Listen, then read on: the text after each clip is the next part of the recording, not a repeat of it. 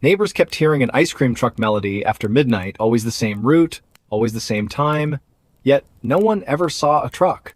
And then, one of the kids disappeared. And hey, before we jump in, where are you watching from? And what time is it over there right now? I'm genuinely curious, so drop it down in the comments. All right, if you're ready, let's get into it. The Carter family moved into Maple Grove in June of 2011. It was a picture-perfect neighborhood in southern Ohio, tree-lined streets, well-kept lawns, kids riding bikes until the streetlights came on, the kind of place where people still waved to their neighbors and left their garage doors open on warm evenings. Tom and Rachel Carter had 2 kids. Emma was 8 years old, and her younger brother Michael had just turned 6. They loved their new house. It had a big backyard and a swing set that the previous owners had left behind. Within a week, Emma and Michael had already made friends with half the kids on the block. Everything felt normal, safe, unremarkable in the best possible way. Then came the first Tuesday night in July. Rachel was in the kitchen around 11:30, finishing up the dishes from a late dinner. Tom had already gone upstairs to bed. The house was quiet, except for the sound of running water and the occasional creak of the old floorboards. Through the window above the sink, Rachel could see the empty street bathed in the orange glow of the street lamps. That's when she heard it. Faint at first, almost like a memory of a sound rather than the sound itself. It was music, tinny and distant, the familiar chime of an ice cream truck playing its looping melody. Rachel turned off the faucet and listened. The music was getting closer, slow and deliberate. She glanced at the microwave clock. 11:37. She felt a small flutter of confusion. Ice cream trucks didn't run this late. Everyone knew that. They came during the day when kids were outside playing, not at midnight when the whole neighborhood was asleep. She dried her hands on a dish towel and walked to the front window. The street was empty, but the music was still there. Clearer now. That cheerful, repetitive tune that every ice cream truck in America seemed to play. It sounded wrong at this hour. Out of place. Like hearing Christmas music in the middle of summer. Rachel waited at the window for another minute, but no truck appeared. The music began to fade, moving away down some parallel street, she assumed. She shook her head, made a mental note to mention it to Tom in the morning, and went upstairs to bed. She didn't think much of it. Not yet. 3 nights later, it happened again. Same time, same music. This time, Tom heard it too. He got out of bed and went to the window, pulling back the curtain just enough to look outside. The street was dark and still. No truck, no headlights, just that distant melody drifting through the summer air like something out of a dream. Tom checked on the kids, both sound asleep. He went back to bed and told Rachel it was probably just someone's radio or a prank, maybe a teenager driving around with the windows down playing the sound through their car speakers. Rachel agreed. It made sense. But neither of them could quite shake the strangeness of it. By the second week of July, other people in the neighborhood had heard it too. Diane Foster, who lived 4 houses down, mentioned it at the grocery store. She told Rachel she'd heard the ice cream truck music 3 nights in a row, always between 11:30 and midnight. Always moving through the neighborhood like it was searching for something. Diane said her husband Jeff had gone outside one night to see if he could spot it, but the street was empty. The music seemed to come from everywhere and nowhere at once. Another neighbor, an older man named Carl Brewer, said he'd heard it too. Carl had lived in Maple Grove for 30 years. He'd never heard an ice cream truck after dark. Not once. He said it gave him the creeps. By late July, the midnight ice cream truck had become a recurring topic of conversation. People started joking about it. Some said it was a ghost truck. Others laughed and said it was probably just a glitch with someone's security system or a cheap speaker left on by accident, but no one could explain why it happened so consistently. Same time, same routes, night after night. Then the joke stopped. On the night of August 2nd, a 9-year-old boy named Tyler Novak went missing. Tyler lived on Ashwood Drive, 2 streets over from the Carters. He'd been playing video games in the basement while his parents watched TV upstairs. Around 10:15, his mother went down to tell him it was time for bed. Tyler wasn't there. The basement door that led to the backyard was open. Just a crack, enough to let in the warm night air. Tyler's mother called his name. No answer. She checked the backyard, the garage, the front yard. Nothing. By 10:30, she was panicking. By 11, the police were there. They searched the neighborhood all night, knocked on every door, checked every yard and every park within a 2-mile radius. Tyler's bicycle was still in the garage, his shoes were still by the front door. He'd left the house barefoot in his pajamas. He was gone. The next morning, flyers went up on every street lamp and telephone pole in Maple Grove. Tyler's face stared out from those flyers. Smiling. Freckled. Missing. And that night, the ice cream truck music played again. Rachel heard it at 11:42. She was lying in bed, unable to sleep. The sound drifted through the open window. That same cheerful melody. She felt her stomach tighten. Tom heard it too. He got up without a word and walked to the window. This time, he saw something. A shape moving down the street. Slow, deliberate. It was hard to make out in the dim light, but it looked like a van.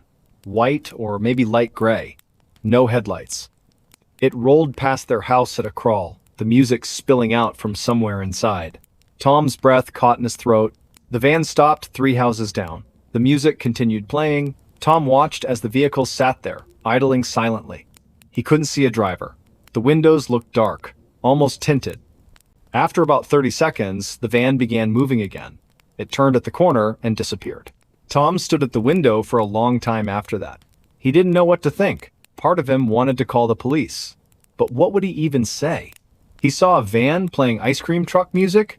That wasn't a crime.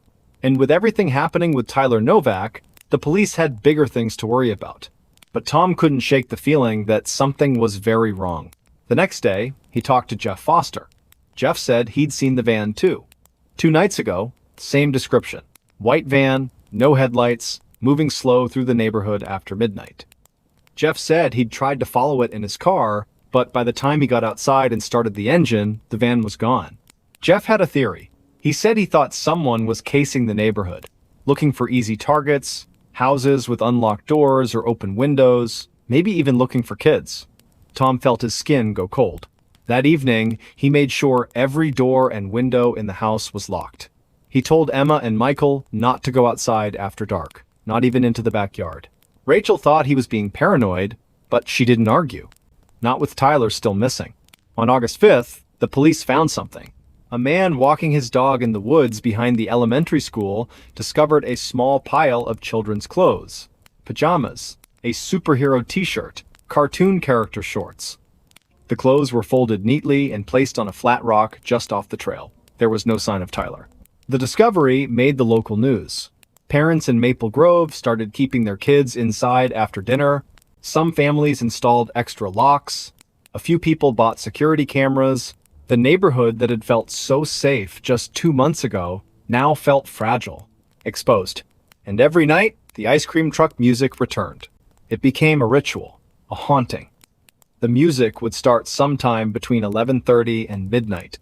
It would drift through the streets, slow and deliberate, and then fade away into the distance. Some nights people saw the van, other nights they only heard the music, but it always came. Carl Brewer started keeping a log.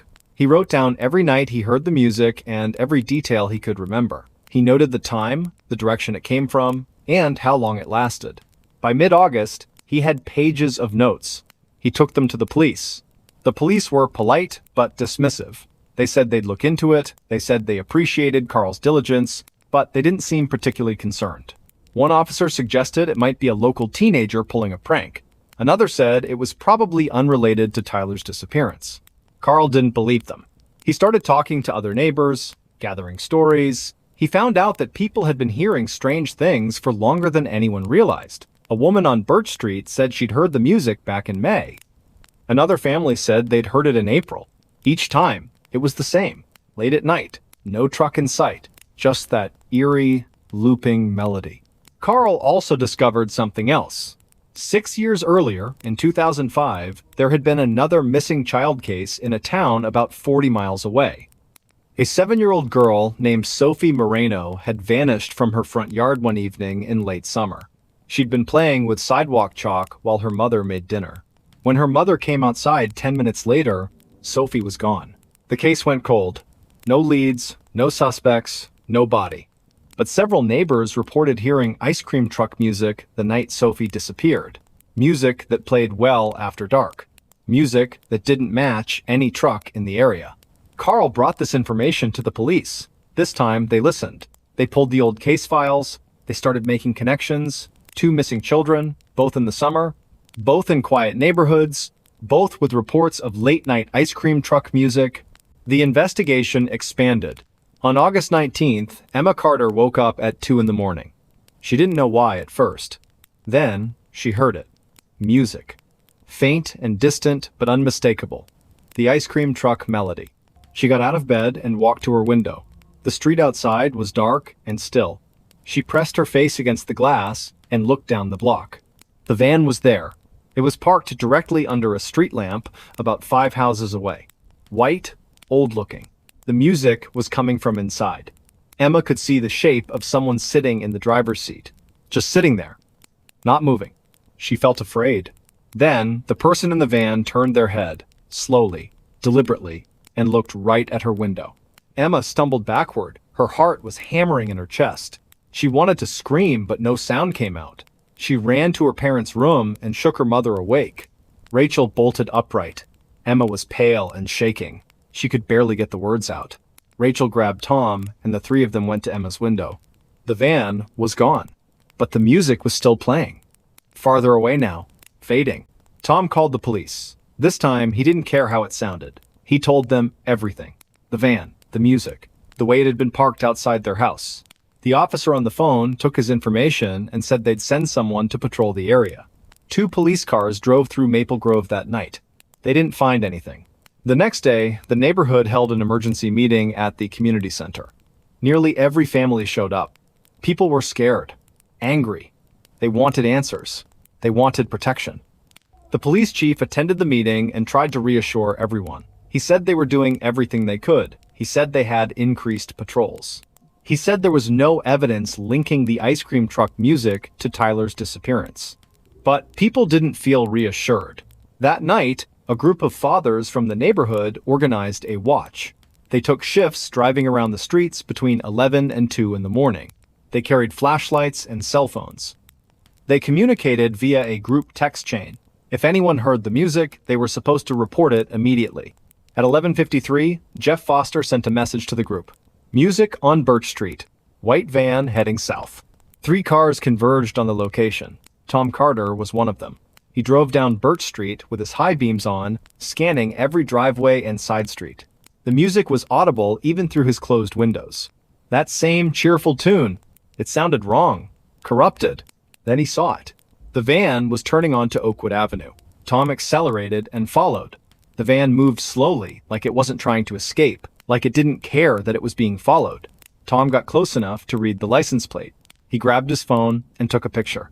The van turned again, this time into the parking lot of the old Riverside Park. Tom followed. The park had been closed for years. The playground equipment was rusted and the bathrooms were boarded up. No one came here anymore. The van stopped in the far corner of the lot. The music kept playing. Tom stopped his car about 50 feet away. He left the engine running and the headlights on. He could see the van clearly now. It was old, maybe from the 90s. White paint faded and dirty. No company logos, no decorations, just a plain white van with dark windows. Jeff Foster pulled up beside him. 2 other men arrived seconds later. They all got out of their cars. The music stopped. Everything went silent. Tom felt his legs go weak. The 4 men stood there in the parking lot, staring at the van. No one knew what to do. No one wanted to get closer. Then, the van's back doors opened. Not all the way, just a few inches, enough to show a sliver of darkness inside. Tom pulled out his phone and called 911. The operator answered, and Tom started talking fast. He gave their location. He said they'd found the van. He said they needed police here, now. The back doors of the van swung open wider. Tom could see inside now. The interior was empty, except for a single object sitting in the middle of the floor. It looked like a speaker, small and black, the kind you could buy at any electronics store. It was connected to a phone with a frayed charging cable. No driver, no person, nothing else. Jeff Foster took a step forward. Tom grabbed his arm and told him to wait, but Jeff pulled free and walked toward the van. The other men followed. Tom stayed back, still on the phone with the operator. Jeff reached the van and looked inside. He stood there for a long moment. Then he turned around, and his face was pale. There was blood on the floor. Not a lot, just a few dark stains near the back corner. Old blood, dried and brown. The police arrived 6 minutes later. They secured the scene and called for backup. The van was registered to a man named Dennis Kowalski, 53 years old. He lived alone in a house on the outskirts of town. He had no criminal record, no red flags, nothing that would have raised suspicion. The police went to his house at 3 in the morning. Dennis answered the door in his bathrobe. He seemed confused, cooperative. He said he'd been home all night. He said his van had been stolen 2 weeks ago. He'd filed a report. The police confirmed it. There was a theft report on file dated August 7th. Dennis was brought in for questioning anyway. He answered every question calmly. He provided an alibi. He offered to take a polygraph. By morning, the police had no choice but to let him go. But they kept the van. Forensic teams spent 3 days going over every inch of it. They found the blood. It was human, type O positive. They found fibers, hair, fingerprints. They found a small collection of candy wrappers stuffed under the front seat. Wrappers from brands that were popular with kids. They also found something else. Hidden in a panel behind the driver's seat was a small notebook. The pages were filled with addresses, street names, times, all written in neat, careful handwriting. The addresses were from 3 different towns. Maple Grove was one of them. The town where Sophie Moreno had disappeared was another. The third town was in Pennsylvania, a place called Brookside. The police contacted the authorities there and asked if there had been any missing children cases in recent years. There had been. A 10-year-old boy named Lucas Brennan had vanished in the summer of 2009. He'd been riding his bike near his house when he disappeared. No witnesses, no leads. And several neighbors had reported hearing ice cream truck music late at night in the weeks leading up to his disappearance. The pattern was undeniable now. The police tracked down the owner of the phone found in the van. It was a burner, untraceable, purchased with cash at a convenience store 3 months earlier. The only thing on it was a single audio file. The ice cream truck melody, set to loop endlessly. Dennis Kowalski maintained his innocence. He said someone must have stolen his van and used it for whatever horrible things they'd done. The police believed him. Or at least, they couldn't prove otherwise. His alibi held up. His story never changed. And there was no physical evidence linking him to the crimes. The case stalled. Tyler Novak was never found. Neither was Sophie Moreno or Lucas Brennan. The van was processed and stored in an evidence slot. The notebook was analyzed and cross-referenced with dozens of databases. But no suspects emerged. No arrests were made. The ice cream truck music stopped after the van was impounded. Maple Grove went quiet again. Families slowly started to relax. Kids went back outside. But the neighborhood never felt quite the same. There was a shadow over it now. A sense that something terrible had been there and might still be there, just out of sight. Tom and Rachel Carter moved away the following spring. They couldn't stay. Every time they heard a distant siren or saw an unfamiliar car on the street, they felt it again. That cold fear. They packed up and left Maple Grove without looking back. Carl Brewer kept his notebook. He continued to research. He found 7 other cases across the Midwest. All small towns. All missing children. All with reports of late-night ice cream truck music. He sent his findings to the FBI. They thanked him for his time and said they'd look into it. Years passed. In 2016, a hiker found human remains in a remote section of woods in southern Ohio. The remains were small. A child. Forensic analysis eventually identified them as Tyler Novak. He'd been dead for years. Cause of death was inconclusive due to decomposition, but investigators found evidence of trauma. The case was reopened. But by then, the trail was cold. Too much time had passed. Too many leads had dried up. Dennis Kowalski died in 2018. Heart attack. He took whatever secrets he had to the grave. The ice cream truck was eventually auctioned off at a police surplus sale. A man from Indiana bought it for $500. He planned to restore it and use it for his catering business. 6 months later, he reported it stolen. It was never recovered. And in towns across the Midwest, people still report hearing it sometimes. Late at night, when the streets are empty and the world is asleep, that cheerful, looping melody drifting through the darkness. Some people say it's just an urban legend, a ghost story that got out of hand. But others know better. They lock their doors, they check on their children, and they listen. because the music never really stopped. It just moved on. A little girl vanished in Orlando. For 31 days, her mother said nothing, and when the truth finally appeared, it shocked the entire country. 10-second opening short, slow, natural. Before we begin, let's settle in. Where are you watching from, and what time is it there right now? So, let's start from the beginning. The morning of June 16th, 2008, started like any other morning in Orlando, Florida. The sun rose over the suburbs, children played in backyards, families gathered for breakfast, but inside one small house on Hope Spring Drive, something had already gone terribly wrong. Casey Anthony was 22 years old that summer. She lived with her parents, George and Cindy Anthony, in a quiet neighborhood where everyone knew everyone else. Casey had a daughter named Kaylee, a bright-eyed little girl who had just turned 2 years old in August of 2005. Kaylee had dark hair and a smile that could light up a room. She was the kind of child who brought joy to everyone she met. Her grandparents adored her. The neighbors loved seeing her play in the front yard. She was innocent, trusting, and full of life. But on that June morning, Kaylee Anthony was nowhere to be found. For 31 days, Casey told no one that her daughter was missing. 31 days passed while she went to parties, got a tattoo that read Bella Vita, and stayed with her boyfriend, Tony Lazzaro. She posted photos on social media, smiling at the camera, living what appeared to be a carefree life. During those 31 days, her parents asked about Kaylee repeatedly. Casey had an answer every time. The little girl was with the nanny, she said. A woman named Zenaida Fernandez Gonzalez was watching her. Casey called her Zanny the nanny. Sometimes she said they were at the beach, other times she claimed they went to Disney World or were staying with friends. Everything seemed fine on the surface. But beneath that surface, something dark was festering. Cindy Anthony grew suspicious as the days wore on. She had not seen her granddaughter in over a month. Every time she asked, Casey had another excuse. The nanny took Kaylee to the beach. They went to the theme park. They were at a friend's house. The lies piled up like stones in a well, each one sinking deeper into darkness. Cindy tried calling Casey constantly, demanding to speak to Kaylee. Casey always had a reason why that was not possible. The child was sleeping. They were in a noisy place. The phone battery was dying. George Anthony, Casey's father, also sensed something was wrong.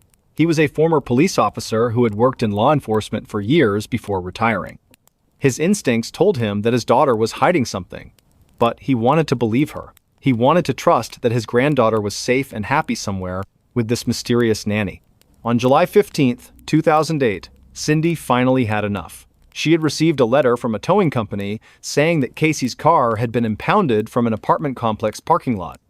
The car had been sitting there for weeks, abandoned. When Cindy and George went to pick up the vehicle, a horrific smell hit them the moment the trunk was opened. George had been a police officer years before. He recognized that smell instantly. It was the unmistakable odor of human decomposition. A quiet moment passed.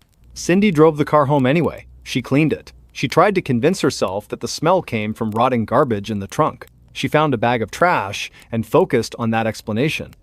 But deep down, she knew better. That evening, after calling Casey's friends and getting nowhere, she tracked her daughter down at Tony Lazzaro's apartment and dragged her home. The confrontation that followed would change everything. "Where is Kaylee?" Cindy demanded. Casey repeated the same story she had been telling for weeks. The nanny had her, but this time, Cindy would not accept that answer. She grabbed the phone and called 911. On that call, which would later be played in courtrooms across the country, Cindy said something chilling. She told the operator that her daughter's car smelled like there had been a dead body in it. She also stated that she had not seen her granddaughter in 31 days and that her daughter had given her nothing but lies. The police arrived at the Anthony home that night. They questioned Casey for hours. Her story began to unravel immediately. She claimed that Zenaida Fernandez Gonzalez, the nanny, had kidnapped Kaylee 31 days earlier from a park. She said she'd been conducting her own investigation, trying to find her daughter on her own. She gave police an address where the nanny supposedly lived at the Sawgrass Apartments. When officers went to check, they found an empty apartment that had been vacant for months. No one by that name had ever lived there. Nothing Casey said could be verified. The phone numbers she provided did not exist. The people she named could not be found or had never met Kaylee. Her place of employment, Universal Studios, where she claimed to work as an event coordinator, had no record of her ever being employed there. In fact, Casey had been fired from Universal years earlier. Everything was a lie built upon another lie. When detectives took her to Universal to show them her office, she led them through the hallways before finally admitting she did not work there. She had made it all up. As investigators dug deeper, they discovered something even more disturbing. Casey's internet search history from March of 2008 showed searches for terms like chloroform, how to make chloroform, and neck breaking. She had also searched for information about household weapons. Someone using her computer had visited a website about chloroform 84 times. These searches had been conducted in the months before Kaylee disappeared. The computer forensics revealed a pattern of someone researching ways to sedate or harm another person. The case exploded across national media. Every news channel covered the story. People across the country became obsessed with finding out what happened to little Kaylee Anthony. Volunteers searched parks, forests, and waterways around Orlando. They held vigils and prayer circles. The face of the missing toddler appeared on billboards and milk cartons. Thousands of people donated time and money to the search efforts. The case became one of the most publicized missing child investigations in American history. Casey was arrested and charged with child neglect, lying to investigators, and obstruction of justice. She sat in jail while the search for her daughter continued. During this time, she showed little emotion. She did not cry for her missing child. She did not beg for Kaylee's safe return. Her behavior struck investigators and the public as cold and detached. In jailhouse videos, she complained about news coverage and worried about what people were saying about her online. She seemed more concerned with her own image than with finding her daughter. Her parents visited her in jail repeatedly. George and Cindy begged her to tell them where Kaylee was. Casey insisted the child was alive and would be found. She told her mother that she could feel in her heart that Kaylee was close. These conversations were recorded and would later be analyzed by experts and the public. Many people heard manipulation in Casey's voice. Others heard a young woman in deep denial or psychological distress. Months passed with no sign of Kaylee. Then, on December 11, 2008, a utility worker named Roy Kronk was checking a wooded area near the Anthony home. He had actually called police about this same location back in August, saying he saw something suspicious, but officers had not thoroughly searched the area at that time. The responding deputy had looked briefly but found nothing. Now, in December, Roy returned to the spot while working in the area. Something still did not feel right to him. What he found would haunt him forever. Hidden in the palmetto brush, less than a quarter mile from the Anthony house, Roy discovered a small skull. It was wrapped in a blanket and placed inside a laundry bag. Duct tape covered the mouth area, still adhered to the skull even after months of decomposition. Nearby, investigators found more bones, tiny bones belonging to a child. They also found clothing and a stuffed animal that Kaylee's grandparents recognized immediately. The shirt said, "Big Trouble Comes Small" on it. Cindy remembered that shirt. She had bought it for Kaylee. The remains were identified through DNA testing. Kaylee Marie Anthony had been dead since the summer. While her mother partied and got tattoos, while volunteers searched day and night, the little girl had been lying in those woods the entire time. She had been there through summer heat and autumn rains. She had been there when her mother sat in jail claiming the child was alive. The location was so close to the house that investigators believed whoever put her there knew the area intimately. Everything went silent. Casey Anthony was charged with first-degree murder. The prosecutors were seeking the death penalty. They argued that she had used chloroform to sedate her daughter, then suffocated her with duct tape. They believed Casey wanted to be free of the responsibility of motherhood. She wanted to party with her friends and live the life of a single woman in her 20s. Kaylee had become an obstacle to that life. So Casey eliminated that obstacle. The prosecution painted a picture of a selfish, narcissistic young woman who valued her social life more than her own child. The defense team, led by attorney Jose Baez, told a completely different story. They claimed that Kaylee had accidentally drowned in the family pool on June 16, 2008. They alleged that George Anthony, Casey's father, had found the body and helped cover up the death. They painted Casey as a victim of sexual abuse who had been trained by her father to lie and hide the truth. The drowning was an accident, they insisted, and the cover-up was driven by panic and years of dysfunction. According to this narrative, George had molested Casey since childhood, teaching her to hide secrets and smile through trauma. When Kaylee drowned, George allegedly took control and disposed of the body, instructing Casey to act as if nothing had happened. The trial began in May of 2011. It lasted 6 weeks and captivated the nation. Millions of people watched the proceedings on television, major networks provided gavel-to-gavel coverage. People took off work to watch. The evidence presented was disturbing. Forensic experts testified about the smell of decomposition in Casey's car. Air samples taken from the trunk showed chemical signatures consistent with human decomposition. They found traces of chloroform in the trunk. Hair that was microscopically consistent with Kaylee's was discovered there as well, and it showed signs of decomposition, meaning it had come from a dead body rather than naturally shed hair. The prosecution showed the jury those internet searches.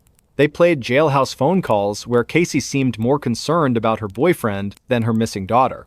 In one call, she snapped at her mother for focusing on finding Kaylee instead of getting Casey out of jail. They presented testimony from friends who said Casey had lied constantly about everything from her job to her parents' health to where Kaylee was. One friend testified that Casey had thrown a party at her boyfriend's apartment while Kaylee was missing. Another described how normal and happy Casey seemed during those 31 days. There were no signs of grief or worry. The duct tape became a central piece of evidence. Prosecutors argued that 3 pieces of tape had been placed over Kaylee's nose and mouth, forming a death mask. The tape was from a roll found at the Anthony home. It had been placed there deliberately to suffocate the child. But the defense countered that the tape could have been placed on the body after death, possibly by someone staging the scene. They brought in experts who questioned whether the tape had actually been on the face at all, suggesting it might have moved during decomposition. But the defense created reasonable doubt. They pointed out that the cause of death could not be determined because the body had decomposed so severely. The medical examiner ruled the manner of death as homicide, but could not say exactly how Kaylee died. No chloroform was found in the remains. No physical trauma was visible on the bones. The defense challenged the forensic evidence, bringing in their own experts to dispute the prosecution's claims. One defense expert said the air sample testing was junk science. Another claimed the hair evidence was inconclusive. They reminded the jury that no one actually saw what happened to Kaylee on June 16, 2008. Jose Baez delivered a powerful closing argument. He told the jury that Casey was a flawed person, a liar, but not a murderer. He said the state had not proven how Kaylee died or who killed her. He hammered on the lack of physical evidence directly tying Casey to murder. He reminded them that in America, you cannot convict someone based on suspicion or dislike. You need proof beyond a reasonable doubt. On July 5, 2011, after less than 11 hours of deliberation, the jury reached a verdict. The courtroom was packed. Media from around the world waited outside. People held their breath as the verdicts were read. Not guilty of first-degree murder. Not guilty of aggravated child abuse. Not guilty of aggravated manslaughter. Casey Anthony was convicted only on 4 misdemeanor counts of lying to law enforcement. The courtroom erupted. People gasped and cried. Outside the courthouse, crowds screamed in anger. Some people sobbed, others shouted that the jury had failed Kaylee. The verdict shocked the nation. It became one of the most controversial decisions in modern American legal history. Several jurors later spoke about their decision. They said they believed Casey was probably involved in Kaylee's death somehow, but the prosecution had not proven murder. They felt sick about letting her go, but they had taken an oath to follow the law. Without knowing the cause of death or having direct evidence of murder, they could not, in good conscience, vote guilty on the serious charges. The reasonable doubt had been planted too deeply. Casey walked out of jail on July 17, 2011, after serving nearly 3 years. She disappeared from public view, living in various locations under different circumstances. She stayed with her attorney for a while. She gave one interview years later where she maintained her innocence and suggested that Kaylee's death might have been an accident that snowballed out of control. The public remained divided. Some believed she got away with murder. Others thought she was a scapegoat for a tragic accident. Most agreed the truth remained hidden. The case remained one of the most controversial verdicts in American legal history. It sparked debates about the justice system, media coverage of trials, and the burden of proof in criminal cases. Law schools studied it, television shows analyzed it, books were written about it, everyone had an opinion. Kaylee Marie Anthony would have been 17 years old today. She never got to grow up, never went to her first day of school, never celebrated another birthday. She was 2 years old when her life ended in the summer of 2008. Her death occurred in a home where she should have been safe, protected by the people who were supposed to love her most. What really happened in that house on Hope Spring Drive may never be fully known. The only certainty is that a little girl died and someone knows the truth. Whether justice was served remains a question that divides people to this day.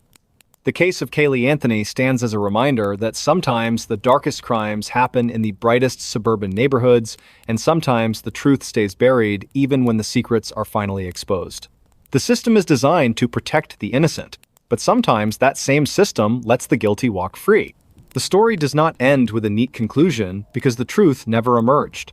There was no confession, no final revelation, no moment of justice that satisfied the millions who followed the case. There was only a little girl's remains found in the woods, a mother who showed no grief, and a jury that could not convict without certainty. The rest is speculation, anger, and a haunting question that will never be answered. In December 2009, Susan Powell vanished from her Utah home without a trace. What began as a simple missing person case soon uncovered something far darker: a husband's obsession, a father's twisted desires, and a family destroyed by secrets no one saw coming. This is the vanishing of Susan Powell, a story of love, control, and unspeakable evil hidden behind suburban walls. Hey everyone, welcome to the channel. I want to ask, where are you watching from right now? And what time is it there? Drop it in the comments. I want to see how far this story reaches. Now let's begin the story. In the quiet suburban streets of West Valley City, Utah, the winter of 2009 began like any other. Families decorated their homes with Christmas lights. Children played in the snow, and life moved forward with predictable routine. But on the morning of December 7th, 2009, something happened that would shatter one family forever and create a mystery so dark, so twisted, that it would haunt investigators for years to come. This is the story of Susan Powell, a young mother of two who vanished without a trace, and the horrifying truth that slowly emerged about the man she called her husband. Susan Cox Powell was 28 years old, a devoted mother to her two young sons, Charlie, age 4, and Braden, age 2. She was known by friends and family as sweet, caring, and deeply religious. She had a beautiful smile and an infectious laugh. She worked as a financial analyst and seemed to have built a good life. But behind closed doors, Susan's marriage to her husband, Josh Powell, was crumbling. According to her personal journals, which would later be discovered, Susan had been living in fear. She wrote extensively about Josh's controlling behavior, his volatile temper, and his increasingly bizarre obsession with her. But the most disturbing entries in her journal weren't about Josh alone. They were about Josh's father, Stephen Powell, a man whose presence in their lives had become suffocating and sinister. Stephen Powell was not a typical father-in-law. He was a man with dark, twisted obsessions. He had moved into Josh and Susan's home, and according to Susan's writings, he had developed an inappropriate and frightening fixation on her. She described how Stephen would stare at her constantly, how he would record her without permission, and how he made sexually suggestive comments that made her skin crawl. Investigators would later discover that Stephen had thousands of images of Susan on his computer. Photos taken secretly, some zoomed in on intimate parts of her body. He had journals filled with sexual fantasies about her. This was not just a man who made his daughter-in-law uncomfortable. This was a predator living under the same roof as his victim. Susan had confided in close friends about the situation. She told them that Stephen had even sung songs to her, original compositions that were disturbingly romantic and sexual in nature. He would perform them in front of Josh, who seemed either oblivious or simply didn't care. Susan felt trapped. She had no privacy in her own home. She couldn't shower, couldn't change clothes, couldn't have a moment to herself without feeling Stephen's eyes on her. She documented everything in her journal, And in one particularly chilling entry dated several months before her disappearance, Susan wrote, "If I die, it may not be an accident, even if it looks like one. Take care of my boys." The financial situation in the Powell household was dire. Josh had recently lost his job, though he hadn't told Susan right away. He would leave the house each morning pretending to go to work, but instead, he was spending hours at the library, using the internet, or sitting in his car. The family was drowning in debt. Their house was in foreclosure. Susan was the sole breadwinner, and the stress was overwhelming. She had begun making plans to leave Josh, to take her boys and start over. She had contacted a divorce attorney and was preparing to file papers after the holidays. She wanted to give her sons one last normal Christmas before everything changed. But she would never get that chance. On the night of December 6th, 2009, Susan put her sons to bed, just like she did every night. She had just returned from church, and neighbors reported seeing the lights on in the Powell home around 8 p.m. That was the last confirmed sighting of Susan Powell alive. The next morning, Josh Powell called his family from the road. He said he had taken the boys on a spontaneous camping trip in the middle of the night, in freezing temperatures, in a blizzard. He claimed Susan had been at home when they left and that he assumed she had gone to work. But when Susan's coworkers called the police to report she hadn't shown up, officers went to the Powell home. What they found was chilling. The house was locked from the outside. Inside, 2 industrial fans were running in the living room, pointed at a wet spot on the couch. The spot smelled strongly of cleaning chemicals. In the kitchen, police found Susan's purse, her wallet, her phone, and her identification. No woman leaves for work without those items. In the garage, they discovered something even more disturbing. The handle of a snow shovel was wet, and there was a small spot of blood. Josh Powell's story was falling apart, and fast. When police questioned him about the so-called camping trip, his story made no sense. He claimed he took his 2 toddlers camping at 12:30 a.m. in sub-zero temperatures during a snowstorm. He said he thought it was Sunday, not Monday, and that's why he didn't realize Susan would have work.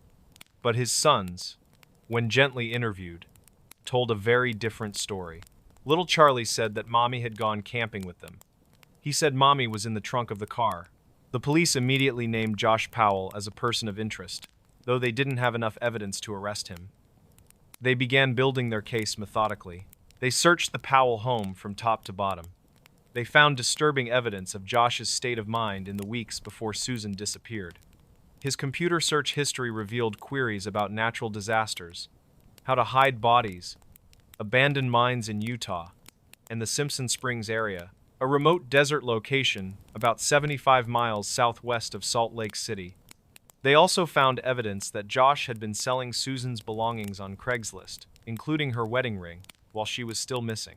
When confronted, Josh claimed Susan had given him permission to sell her things. It was a lie that no one believed. The camping site Josh claimed to have visited was examined by investigators. It was in the freezing wilderness of the Simpson Springs area.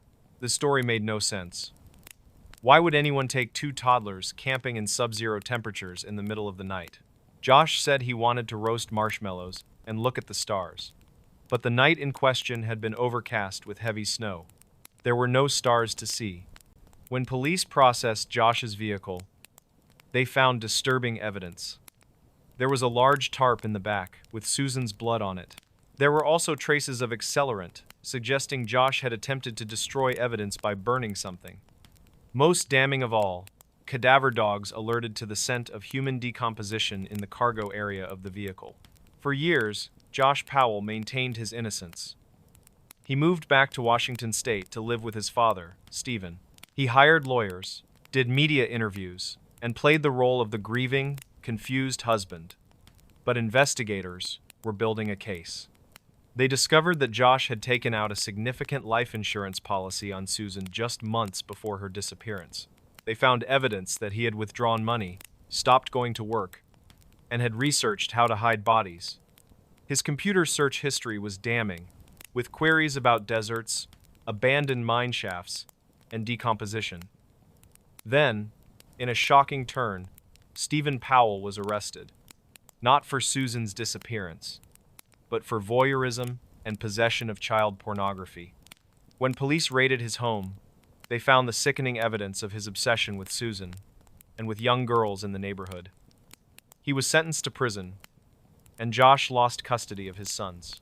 The discovery of Stephen Powell's depravity opened a window into the Powell family that was more disturbing than anyone could have imagined. Stephen had been secretly recording Susan for years. He had installed hidden cameras in the bathroom.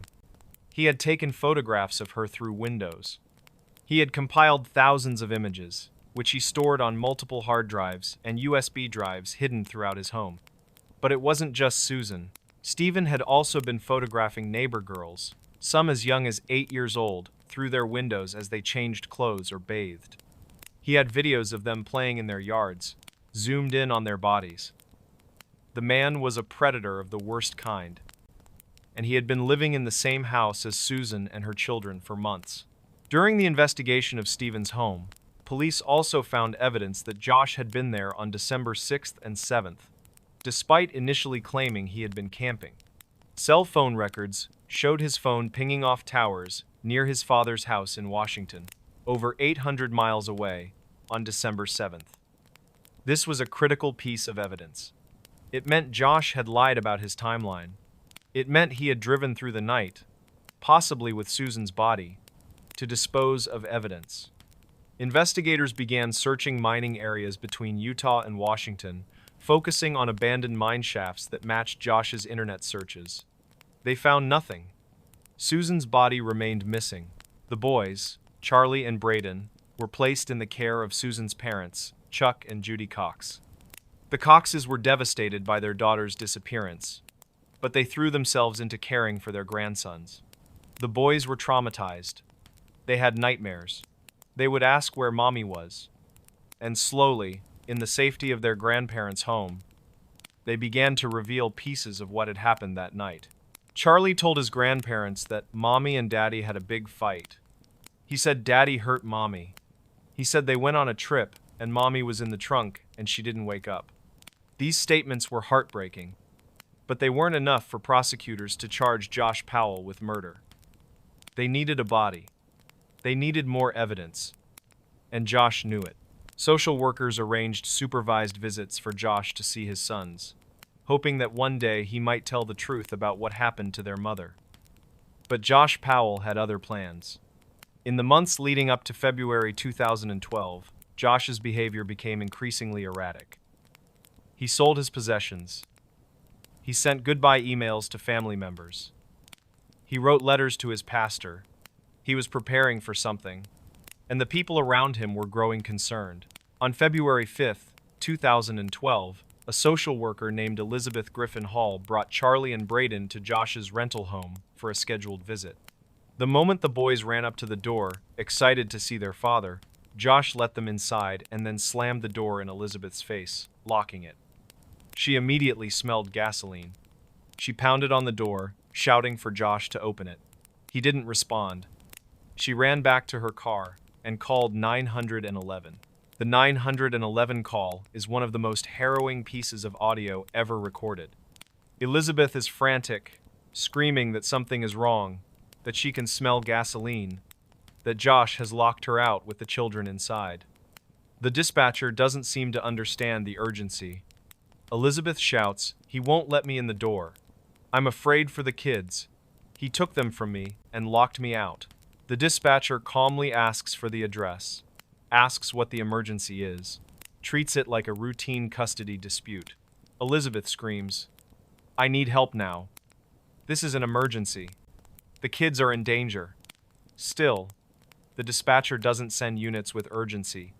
Precious minutes tick by.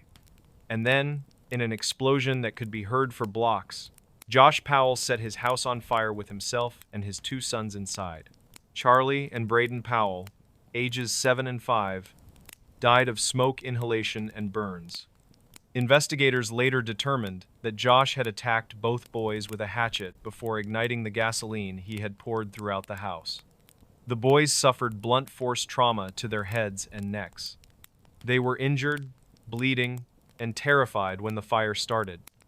Josh died from a self-inflicted hatchet wound to the head before the fire consumed him.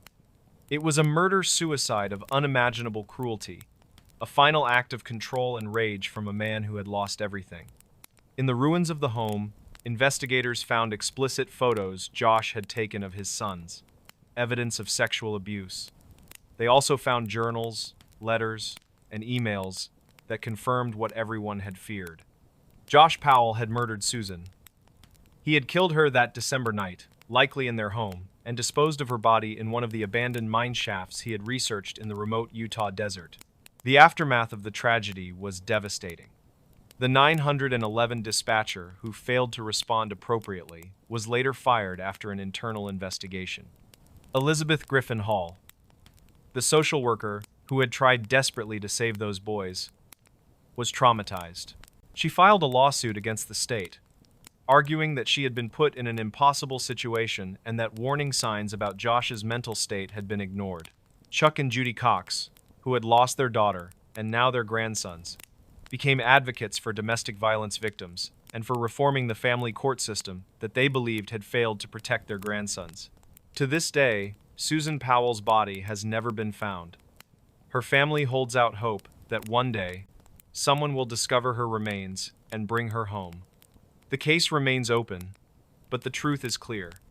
Susan Powell was murdered by her husband, a man consumed by control, obsession, and rage, enabled by a father whose own depravity knew no bounds.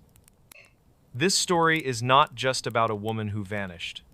It's about the insidious nature of domestic abuse, the warning signs that are ignored, and the unimaginable evil that can lurk behind the facade of a normal suburban family. Susan Powell wrote in her journal that if anything happened to her, it would not be an accident. She knew. And tragically, she was right. Halloween. For most kids, it's the greatest night of the year. A night of pure magic, costumes, and collecting so much candy your parents will be rationing it until Christmas. But on October 31st, 1974, in the quiet suburb of Deer Park, Texas, one father turned this beloved tradition into a weapon. MrBallen tells the story of Ronald Clark O'Brien, the man who would forever be known as the Candyman, and the night he poisoned his own son for money. Ronald O'Brien was a 30-year-old optician living in Deer Park with his wife Daneen and their two children, 8-year-old Timothy and 5-year-old Elizabeth. To his neighbors, Ronald seemed like a perfectly normal family man. He was tall, clean-cut, wore thick framed glasses that gave him an intellectual appearance, and he had a pleasant, charming demeanor. He sang in the church choir at the Second Baptist Church of Pasadena, was active in the community, and appeared to be a devoted father who doted on his children. His wife Daneen was a homemaker who took care of their two young children in their modest single-story home. From the outside, they looked like the perfect American family living the suburban dream. But behind this carefully constructed facade of suburban normalcy, Ronald was drowning in a sea of debt and desperation. Ronald O'Brien was a failure in every sense of the word.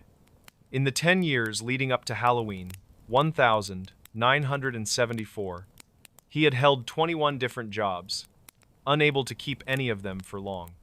He was fired from positions as an optician, a projectionist, and various other roles for incompetence, theft, and constant tardiness. He would borrow money from colleagues and never pay it back. He wrote bad checks that bounced repeatedly. He was chronically late on every bill, every payment, every financial obligation. By October 1974, Ronald was over $100,000 in debt, the equivalent of about $640,000 in today's money. He owed thousands to multiple creditors. His house was about to be foreclosed on, and his car was on the verge of being repossessed. Collection agencies called his home constantly. He was being threatened with lawsuits from multiple directions. His wife had no idea how bad things had gotten because Ronald had hidden the extent of their financial ruin from her. But Ronald had a plan. It was a plan so dark, so monstrous, that it would shock the entire nation. In the months leading up to Halloween, 1974, Ronald began taking out life insurance policies on his children. He purchased policies from multiple companies, using different agents so no single person would realize the total amount of coverage he was accumulating. By October, he had over $60,000 in life insurance policies on Timothy and Elizabeth, with himself listed as the sole beneficiary. Some of these policies had been purchased as recently as January of that year. Others were taken out mere weeks before Halloween. Ronald even called insurance companies to ask specific questions about how quickly beneficiaries typically receive payouts after a death, and whether there would be any delays if the death was accidental versus natural causes. These calls would later become crucial evidence against him. On Halloween night 1974, Ronald took Timothy and Elizabeth trick-or-treating, along with two neighborhood friends, 10-year-old Mark Bates and 11-year-old Mark Donahoe, and Mark Donahoe's father, Jim Bates. The group met up around 7 o'clock in the evening as the sun was setting, casting long orange shadows across the suburban streets. The children were excited, their pillowcases and plastic pumpkin buckets ready to be filled with candy. Timothy was dressed as a Planet of the Apes character, his favorite movie at the time. Little Elizabeth wore a cheerful costume, and the neighborhood children were dressed in the typical assortment of ghosts, witches, and superheroes. The fathers walked behind the group of children as they ran excitedly from house to house, their voices ringing out in the traditional chorus of "Trick or Treat." They walked through the darkening streets of Deer Park, stopping at house after house. The evening was cool but pleasant, perfect weather for trick-or-treating. At around 9 o'clock, they approached a house that had its porch light on, indicating the residents were participating in Halloween. The children ran up to the door and rang the doorbell. They waited. They rang again, but no one answered. The porch light was on, but the house was dark inside and completely silent. After a minute or two, the group gave up and moved on to the next house, the children already forgetting about it. But Ronald lingered behind. Jim Bates, who was walking with the group, noticed that Ronald had fallen back and was no longer with them. When Ronald caught up with the group a few minutes later, he was carrying 5 pixie sticks, those long paper tubes filled with colorful, sweet, and sour powder that kids loved in the 1970 seconds. These particular pixie sticks were 21 inches long, much larger than the typical ones you'd find in a store. Ronald told the group that he had gone back to that house where no one had answered, and this time a man had cracked open the door without turning on any lights. According to Ronald's story, this mysterious man had wordlessly handed him 5 giant pixie sticks through the barely opened door. Ronald said he only saw the man's arm, which he described as hairy, reaching out from the darkness of the house to hand him the candy. The man said nothing, gave him the candy, and closed the door. It was a strange story, but in the excitement of Halloween night, no one thought much of it. Ronald said the man must have been busy or shy about his appearance. He distributed the pixie sticks, giving one to Timothy, one to Elizabeth, one to 10-year-old Mark Bates, and one to 11-year-old Mark Donahoe. He saved the 5th one to give to a boy from his church later. When they returned home around 9:30 in the evening, the children dumped their candy on the floor and began sorting through their treasures. The annual ritual of separating the good candy from the disappointing candy. Timothy was tired but happy, his pillowcase filled with chocolates, gum, and various sweets. He asked his father if he could eat some of his candy before bed. Most parents would say, "No, it's late. You've had enough sugar. Brush your teeth and get to bed." But Ronald not only said yes, he specifically encouraged his son to eat the pixie sticks. He told Timothy it was a special treat, a really good one that he should eat right away. Timothy grabbed the giant pixie sticks and tried to open it, but he couldn't. The top had been stapled shut with heavy-duty staples, which was very unusual. Pixie sticks came sealed at the factory with crimped paper ends, not staples. Ronald took the tube from his son and helped him open it, tearing away the staples at the top. Timothy poured the powder into his mouth. Within seconds, his face contorted. He began complaining that the candy tasted bitter and strange, not sweet like it was supposed to. He told his father something was wrong with it, that it tasted terrible. Ronald quickly got him a glass of Kool-Aid to wash away the taste, telling him to drink it fast. Timothy gulped down the drink and then went upstairs to brush his teeth and get ready for bed. His mother, Daneen, was downstairs. Minutes later, she heard a horrible sound coming from the bathroom. It was a sound no parent should ever have to hear, a gasping, choking, convulsing sound. She ran upstairs to find her son, lying on the floor of the bathroom. Timothy was convulsing violently, his small body racked with spasms. Foam was pouring from his mouth. He was vomiting and gasping desperately for air, his eyes wide with terror and confusion. Daneen screamed for Ronald. They called an ambulance, and Ronald began performing CPR on his son. But Timothy's lips were already turning blue. The ambulance arrived within minutes and rushed Timothy to the hospital. But by the time they reached the emergency room, 8-year-old Timothy O'Brien was dead. He had died less than an hour after eating the pixie sticks his father had given him. The cause of death was not immediately clear. The doctors were baffled. The boy had been perfectly healthy. He had no known allergies, no medical conditions. He had simply eaten some Halloween candy and collapsed. They suspected poisoning, but they needed to wait for toxicology results. The autopsy would reveal the horrifying truth. The pixie sticks that Timothy had eaten was laced with a massive dose of potassium cyanide, enough to kill 3 full-grown adults. Someone had opened the top 2 inches of the 21-inch candy tube, carefully poured out the original powder, replaced it with pure cyanide, and then resealed it with staples to hide the tampering. Whoever had done this knew exactly what they were doing. This was not a random act. This was premeditated murder. The police immediately began investigating, and their focus quickly turned to the story Ronald had told about the house where he claimed to have received the candy. Ronald was cooperative, even helpful. He volunteered to take the police to the house and help them identify it. But there was a problem. Ronald led police to the home 3 separate times over the course of the investigation, and each time he pointed to a different house. He seemed confused about which house it had been, despite the fact that it had only been a few days since Halloween. Finally, they settled on a specific home. The house belonged to a man named Courtney Melvin, an air traffic controller at William P. Hobby Airport. Police interviewed Melvin and investigated his background thoroughly. But Melvin had an ironclad alibi. Over 200 people, including his supervisor, co-workers, and time-stamped records, confirmed that Courtney Melvin had been at work at the airport from the afternoon of October 31st until 11 o'clock that night. He had been in the control tower managing air traffic during the exact time trick-or-treaters would have been at his house. He couldn't possibly have been the one who gave Ronald the candy. In fact, Melvin's house had been completely dark on Halloween night because no one was home. He and his wife didn't participate in Halloween that year specifically because they knew they'd both be at work. The mysterious, hairy-armed man who handed out poison in the dark didn't exist. Ronald had made him up. As detectives dug deeper into Ronald's life, they discovered a financial motive so obvious it was shocking.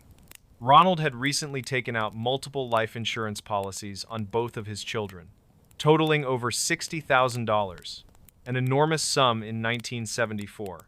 Some of these policies had been purchased in January, others in the spring, and some as recently as just weeks before Halloween. Ronald had also made multiple phone calls to insurance companies in the weeks before Halloween, asking very specific questions about payouts, about how quickly beneficiaries receive money, about whether there would be investigations or delays, and about whether the payout would be the same if the death was accidental versus natural.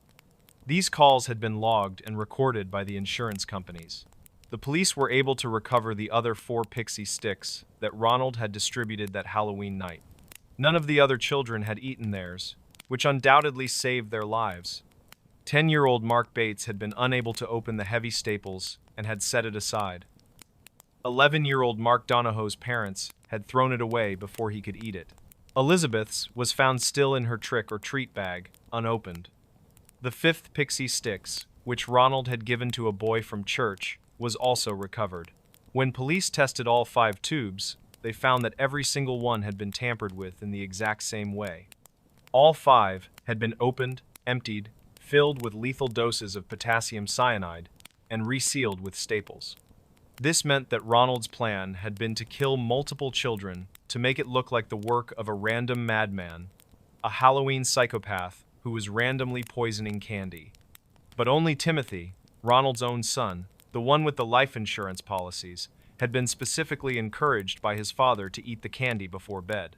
When police investigated where the cyanide had come from, they discovered that Ronald had been asking colleagues and acquaintances about where to buy cyanide in the weeks before Halloween.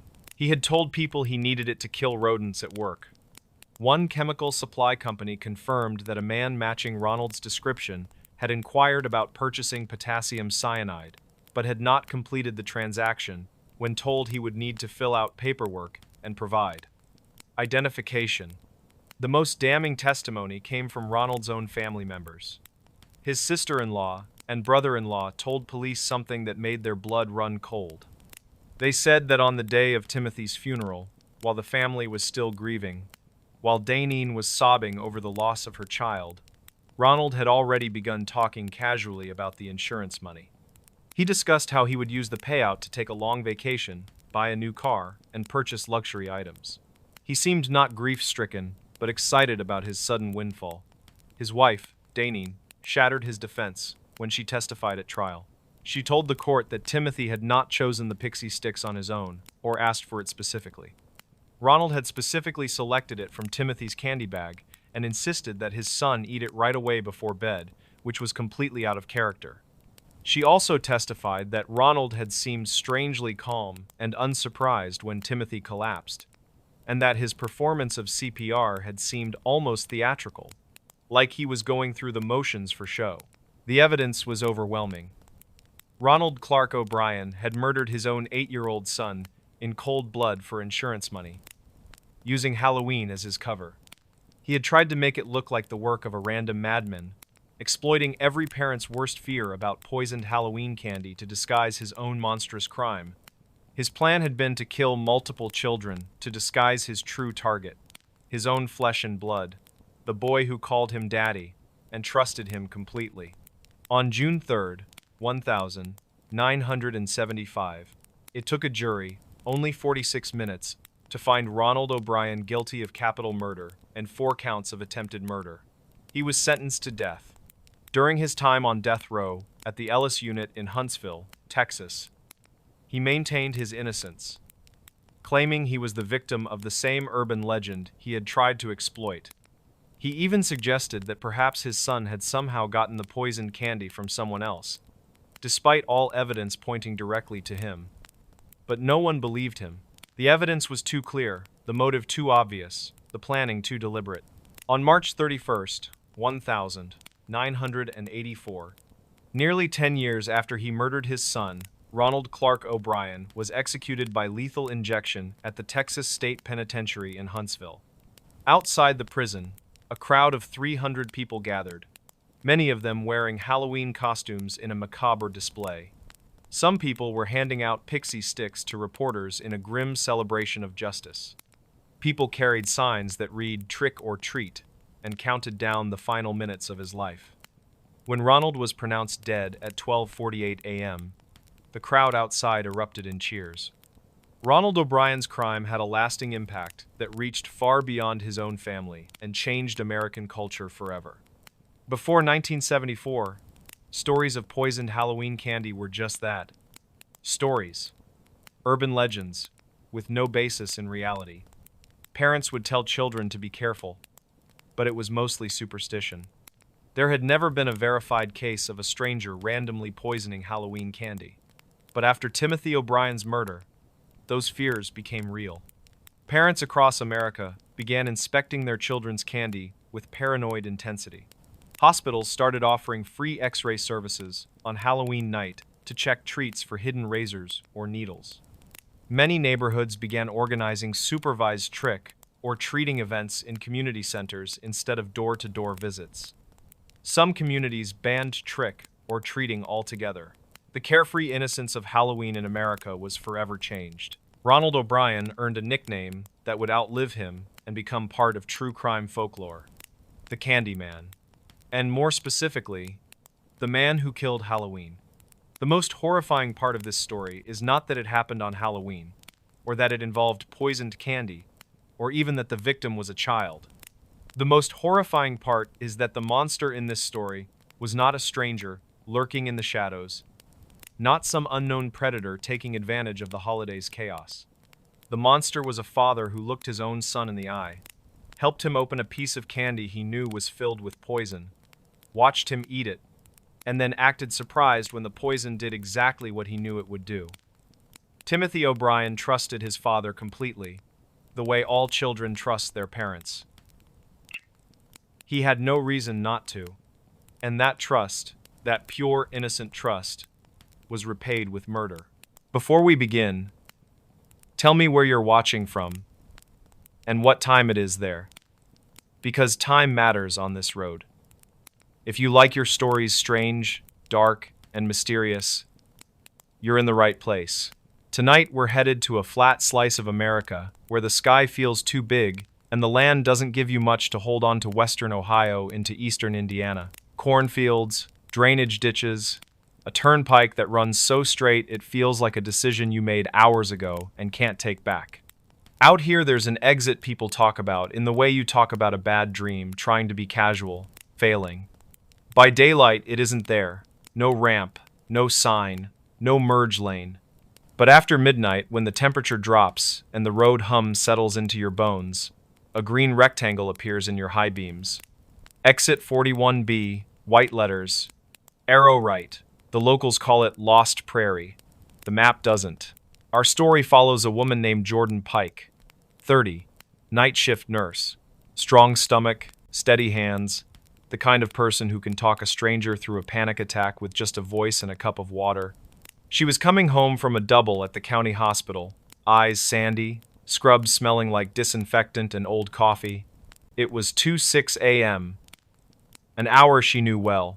The turnpike was empty except for the occasional semi whispering past like a thought you weren't ready to have. A patch of fog slid across the asphalt. Then another. Jordan turned off the podcast she wasn't hearing anyway. The radio clicked, scanned, found nothing but a weather station murmuring about a temperature inversion and localized ground haze. She cracked her window. Cold air pushed in, heavy with cut hay and something sweeter, like fruit that's 2 days past ripe. The first sign appeared so gradually it felt like it had been there the whole time. Exit 41B, Lost Prairie, 1 mile. Jordan frowned. She knew this stretch. She knew every diner, every billboard for fireworks and fireworks attorneys. She did not know Lost Prairie. It was all fields out there, a fence line, a row of windbreak trees leaning the same way year after year. Half a mile later, another sign. White arrow. Services icons. Gas. Food. Lodging. You don't exist, she said to no one, half laughing at herself. She could have used the gas, though. Quarter tank. Enough. Probably. The next real exit was 12 miles east. She told herself she would pass it. She told herself she was tired, that brains invent things when they're low on glucose and lower on sleep. And then the ramp appeared on the right shoulder, widening, guardrail gleaming, that polite slope down into dark. Jordan signaled because that's who she is. She took the ramp. The turnpike fell away behind her with a long exhale. At the bottom, she met a stop sign that reflected too hard. The letters were too clean, like no bug had ever decided to die there. Ahead, a 2-lane cut east-west. To the right, a gas station glowed white and silent. A small motel squatted beside it. Single story, doors painted that particular tan only motels believe is comforting. A diner with a chrome smile was set back from the road, open, flickering in red, as if someone was pinching the wire. Jordan turned toward the light. The gas station looked like a stage set. Pumps wrapped in plastic that wasn't torn, just loose. The credit card screen on pump 3 displayed a blinking cursor that never advanced. The clerk's area was stocked and empty, the sort of empty that says, "I'll be right back," and then never is. Jordan walked to the door and tried it. Locked. She cupped one hand to the glass and looked in. A handwritten sign leaned against the register, the paper browned at the edges. Back in 10. Sure, she said softly. She checked her phone. 1 bar, then none. The clock ticked from 2:12 to 2:12. She could have left. Should have. The tank would make 12 miles. The turnpike was a left and a right away. Simple as heartbeat. But the diner's neon winked at her again, and she realized her hands were shaking. Food would fix that. Coffee would fix the rest. The diner door opened on the first push, little bell clearing its throat. Inside, everything wore a thin frosting of time, sugar shakers filmed over, a pie case holding 3 perfect slices that looked printed. The air smelled like warm toast and old pennies. A man stood behind the counter in a white shirt with a name tag that said LYLE in clean block letters. He wasn't young or old. He was the age of a thought you've had too many times. Kitchen's still hot, he said, like they'd been talking. Sit wherever. Jordan picked the end of the counter. It felt good to sit. The stool sighed. Lyle poured coffee without asking. The cup steamed like it was trying to say something. Rough night? He asked. Long, she said. I'm sorry. What town is this? I know the turnpike pretty well. Gottly. Lyle smiled a little, like he'd been waiting for the question all night. Lost Prairie, he said. You're safe here. That last part didn't sound like comfort. It sounded like permission. A woman in a corner booth looked up then, hair tied in a scarf, hands around her mug like she was holding a sleeping bird. She had the expression of someone listening to a song only she could hear. Behind her, the motel sign blinked in the window's reflection, and in the blink, its letters rearranged themselves into nothing, just red worms on glass. What's good? Jordan asked, because asking normal questions makes reality behave. It usually does. Grilled cheese, Lyle said. Tomato soup. Or pie. It's all warm. Soup, she said. And do you have quarters? The motel sign said laundry. And I need... She trailed off. She didn't need laundry. She just wanted to ask for the coin. The impulse came the way you sometimes want to pat a dog you don't know. Lyle slid 2 quarters across the counter. They were colder than the coffee mug. We trade square here, he said. You can settle up before you go. Jordan picked up 1 quarter. On the obverse, Washington wore a nick across his jaw like a pale scar. She didn't recognize the state on the reverse. The outline looked like a mistake. Where's everybody? She asked. Seems quiet. Depends when you ask, Lyle said. You coming off the pike? Yeah. Lyle nodded like that meant something. Road's been hungry, he said. Fog pulls people sideways. You found the right place to step out of it. The soup came the right red, steam curling, a skin forming and breaking like a memory. Jordan ate. The heat steadied her. Lyle didn't hover. The woman in the booth hummed without opening her mouth. At some point, Jordan realized the coffee didn't cool. It stayed at that first sip temperature no matter how long she let the conversation, and the spoon tricked the clock. She checked her phone again. 2:12. Again. 2:12. Can I ask you something weird? She said. Lyle tipped his head. How do I get back on the turnpike? The question sounded too heavy. She felt suddenly stupid for asking it. Like asking a lake how to be less wet. Same way you came, Lyle said. Left at the light, up the ramp. But don't look at the sign. Let it look at you. And when you merge, don't check your mirrors right away. The road doesn't like to be watched. Leaving. That's weird, he finished for her. Yeah, Jordan paid. The quarters clinked against the counter and sounded like they'd dropped too far. She stood. The bell at the door cleared its throat again as she left. Outside, the fog had thickened. Shapes moved in it, not bodies. Exactly. Suggestions. The motel's doors were all closed. In the office window, A TV blued the blinds with a show that had no sound and no cuts. She got in her car. The engine turned like it had been sleeping lighter than she had. At the intersection, the light was red. No cross traffic, no wind, just red, and the fog moving like breath on glass. Jordan waited. The red was not going to turn. When it felt like a dare, she looked down at her lap and counted slowly. 1, 2, 3. When she looked up, the light was green. The ramp rose like a dark throat. The turnpike flowed above, white lines pulsing, semis moving like planets that forgot you. She merged, eyes forward, hands soft on the wheel. For a second, only a second, she almost checked her mirror. That's the moment the urge is strongest, when the danger feels like it's already gone. She kept her eyes ahead. She breathed out. The coffee in her chest finally cooled. 10 miles later, she let herself glance to the right, where the shoulder meets the weeds. No ramp. No sign. A gap in the fence line that might have been anything. The fog thinned. The temperature lifted a degree. The radio found a song she used to love and hadn't heard in years. Her phone woke up and scolded her with notifications. She laughed then, out of nothing but relief. It came out like a hiccup and made her eyes water. At home, she slept like she'd been dropped. When she woke at noon, the quarters were on her kitchen counter where she didn't remember putting them. She picked one up. It wasn't cold anymore. It was room temperature, coin temperature, forgettable. But when she flipped it over, the state outline had decided what it was. Ohio. Of course. And yet there, in the outer ring of text, between United and States, a hairline crack that formed a tiny, narrow sliver. Like a ramp you only see if you stop trying to. Jordan went back over the next few weeks. In daylight, exit 41B was just nothing.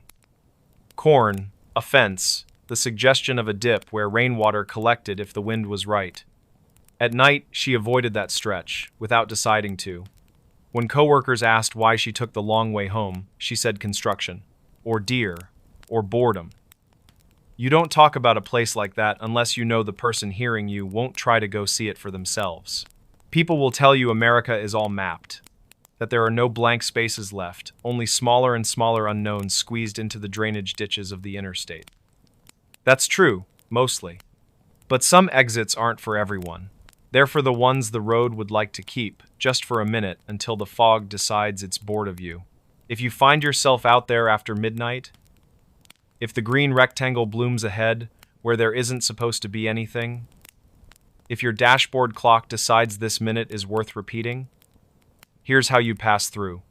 Take the ramp like you meant to. Warm your hands around a coffee that refuses to cool. Pay for something simple with something small. When you go, don't look back too soon. Let the road do the leaving. And later, when you empty your pockets and a coin feels colder than it should, don't throw it out. Some places don't want your fear. They want your manners. And if you ever hear somebody at a truck stop ask where Lost Prairie is, just shake your head and say you haven't seen it in years. Then finish your coffee and go while the light is green. He woke up and realized someone had tucked him in. The small one-bedroom apartment on the edge of downtown Chicago was everything Alex needed. A cozy space, a view of the skyline, and the comforting anonymity of a bustling city. He was a creature of habit, a man who lived a solitary and predictable life. He worked long hours as a data analyst, and his evenings were a quiet rhythm of takeout, a good book, and a sound sleep.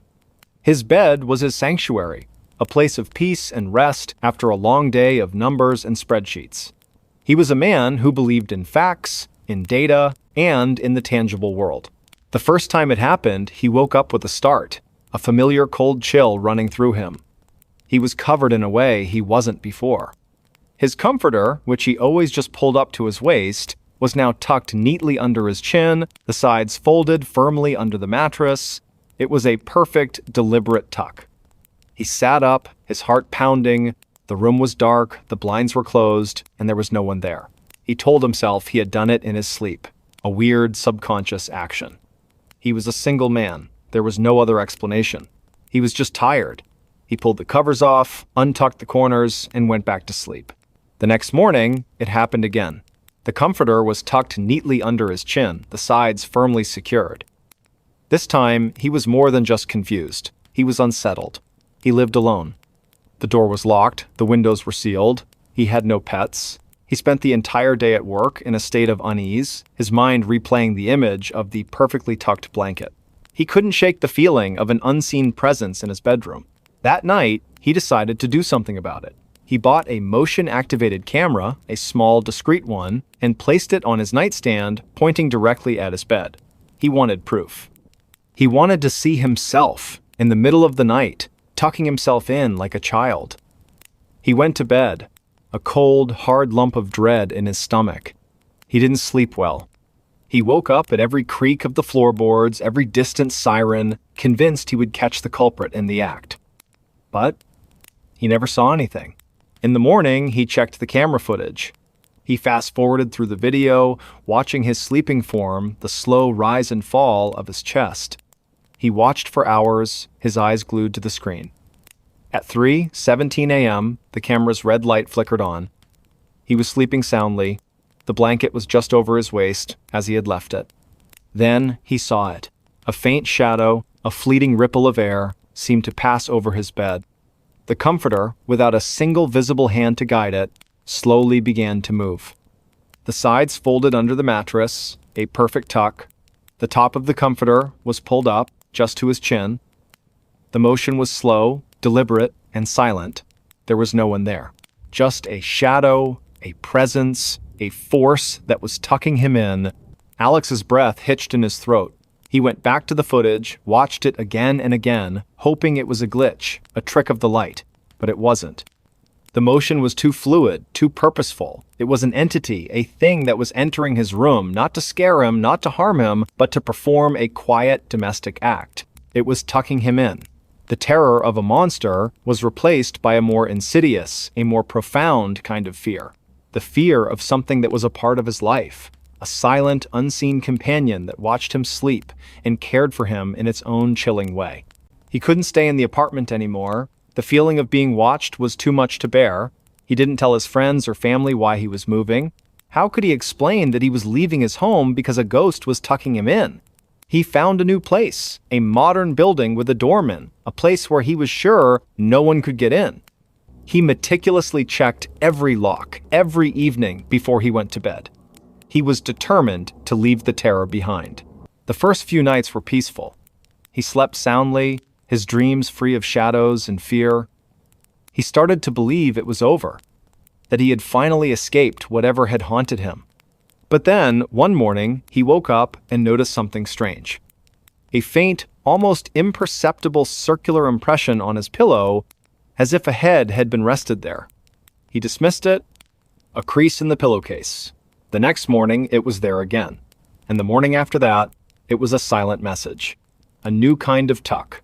He began to research the history of his old apartment building. He went to the city archives, poring over old documents and newspaper clippings. He found a story, a small, almost forgotten article from a local newspaper in the 1920s. A woman named Clara had lived in his old apartment. She was an elderly seamstress who lived alone. She was known for her kindness and her love of her small, cozy home. The article mentioned that she had died in her sleep, a peaceful death.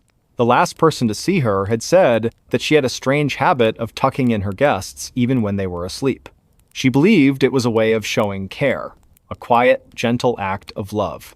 Alex felt a cold dread so complete it was a physical weight. Clara, the seamstress who had lived in his apartment, she hadn't left.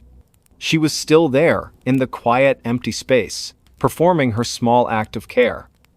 She wasn't a monster. She was a ghost who had chosen him, a lonely ghost who was just trying to be a good host. The thought was somehow more terrifying than any demon or ghoul. The ghost of a lonely seamstress who wanted to be his friend. He couldn't go back to the old apartment. He had left her. He had abandoned her. Her simple, kind act of tucking him in. He felt a profound sense of guilt. He had feared her, run from her, when all she had wanted was to care for him. He sat in his new, modern apartment, a city of millions around him, and felt more alone than ever before. He thought of Clara, of the lonely ghost in the old apartment. still waiting, still watching. He decided to go back. He had to. He had to apologize. He had to let her know he wasn't afraid. He went to the old building, a key in his pocket that he had never returned. He went up the 3 flights of stairs, his heart pounding in his chest. He unlocked the door to his old apartment, and he walked in. The apartment was empty, cold, and quiet. He went to his old bedroom, the place where the tucking had happened. The room was just as he had left it, the bed stripped bare. He went to his old nightstand, the place where he had put the camera. He sat on the floor, his back against the wall, and he spoke. "I'm sorry, Clara," he whispered into the empty room. "I'm so sorry. I didn't understand." The air grew heavy. The scent of lavender, faint and old, filled the room. He felt a sudden, profound sense of peace. The cold was gone. The fear was gone. He felt a gentle, loving presence. He didn't know if she was there, but he knew she had heard him.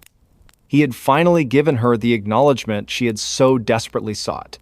He had apologized. He left the apartment, closing the door behind him, and he didn't look back. He felt a sense of closure, of peace. He had done the right thing. He had faced his fear, and he had found a kind of forgiveness. He was a man who had been haunted, and now he was a man who was free. He went back to his new apartment, to his new life, and for the first time in a very long time, he slept soundly.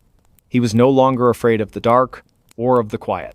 He was no longer afraid of being alone. He had faced his greatest fear, and he had found a kind of love in it. But some things are not that simple. The next morning, he woke up with a start. The comforter was tucked neatly under his chin, the sides folded firmly under the mattress. It was a perfect, deliberate tuck. He sat up, his heart pounding. The room was dark, the blinds were closed, and there was no one there. He looked at the comforter, at the perfect, impossible tuck. The ghost of Clara had followed him. She hadn't wanted to be left behind. She was still with him, in his new apartment, in his new life, a silent, unseen companion. The fear returned, a familiar, cold dread. He had apologized.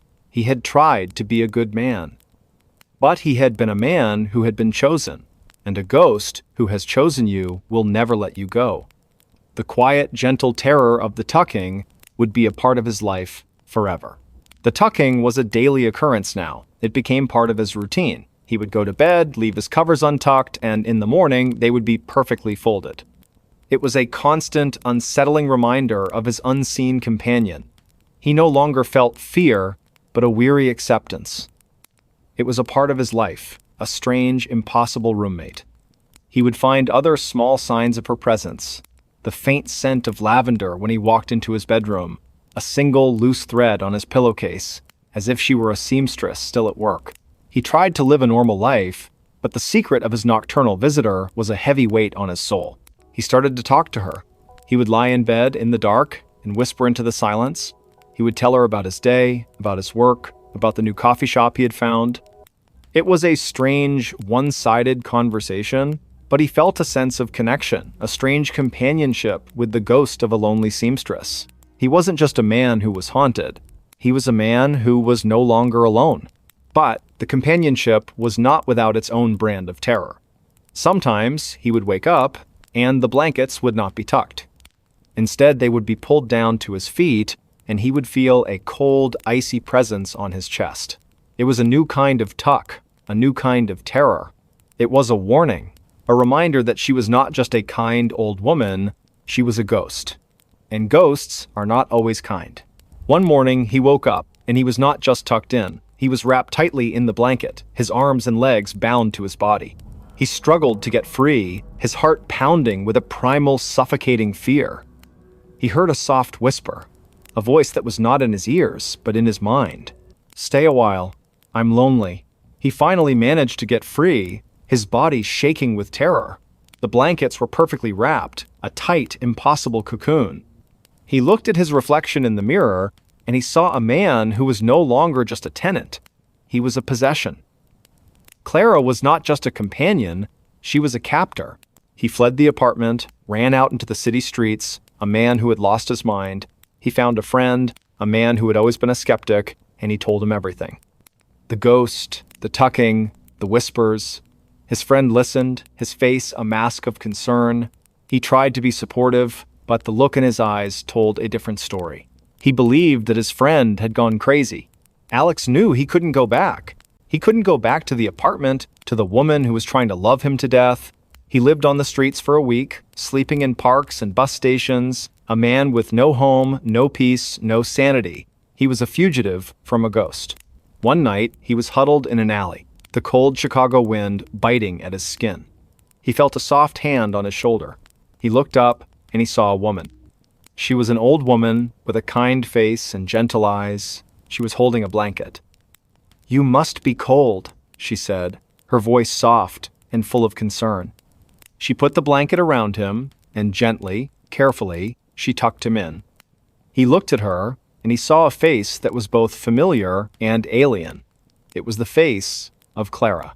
He tried to scream, but no sound came out. The woman smiled, a kind, loving smile.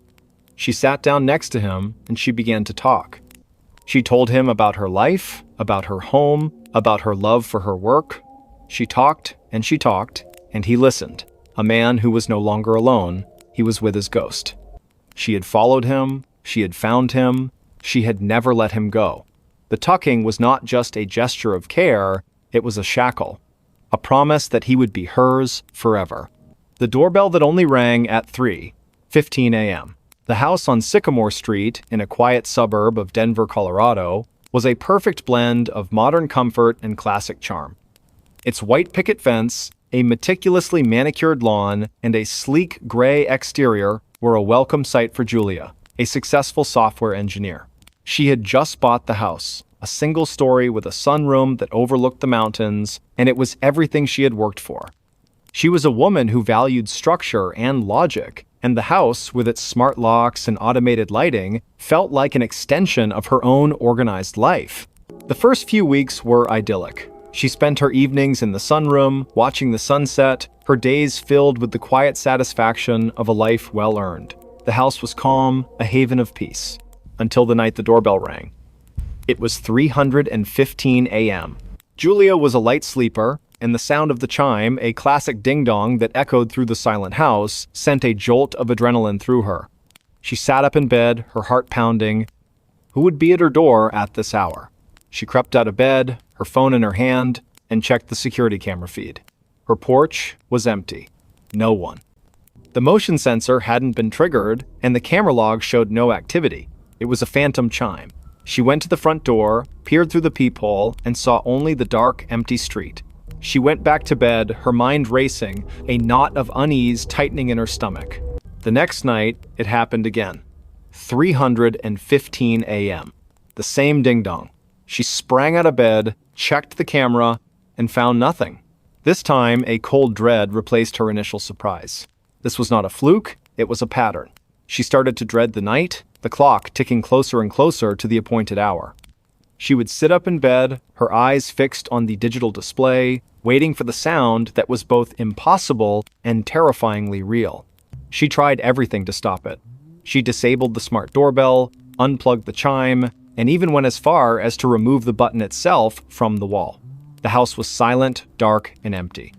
She went to bed, a profound sense of relief washing over her. She would finally get some rest. But at 3:15 a.m., the sound came again.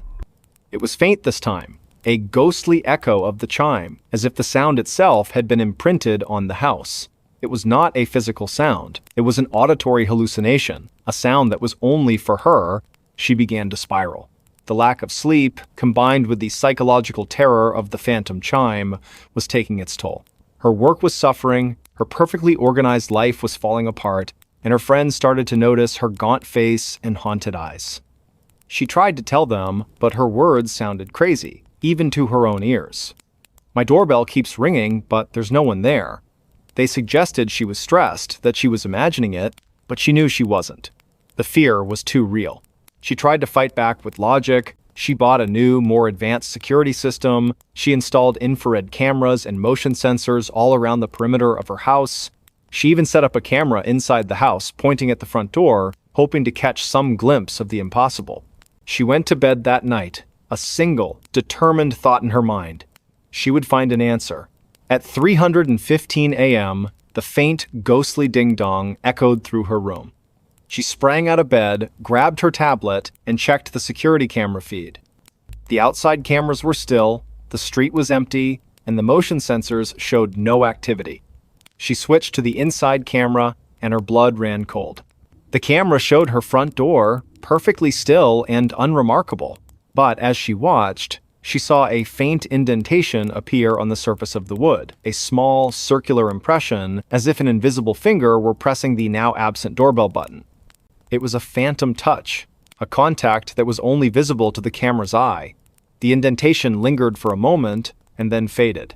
The phantom chime had been the sound of an invisible visitor, an impossible presence that was trying to get into her house. Julia's mind reeled. This was not a hallucination. This was real. She was being haunted. But why? What did it want? She went back to the footage, pausing it, zooming in on the circular indentation. It was a perfect circle, a small, silent ring of pressure on her door. It was a persistent, patient, and terrifying attempt to get her attention.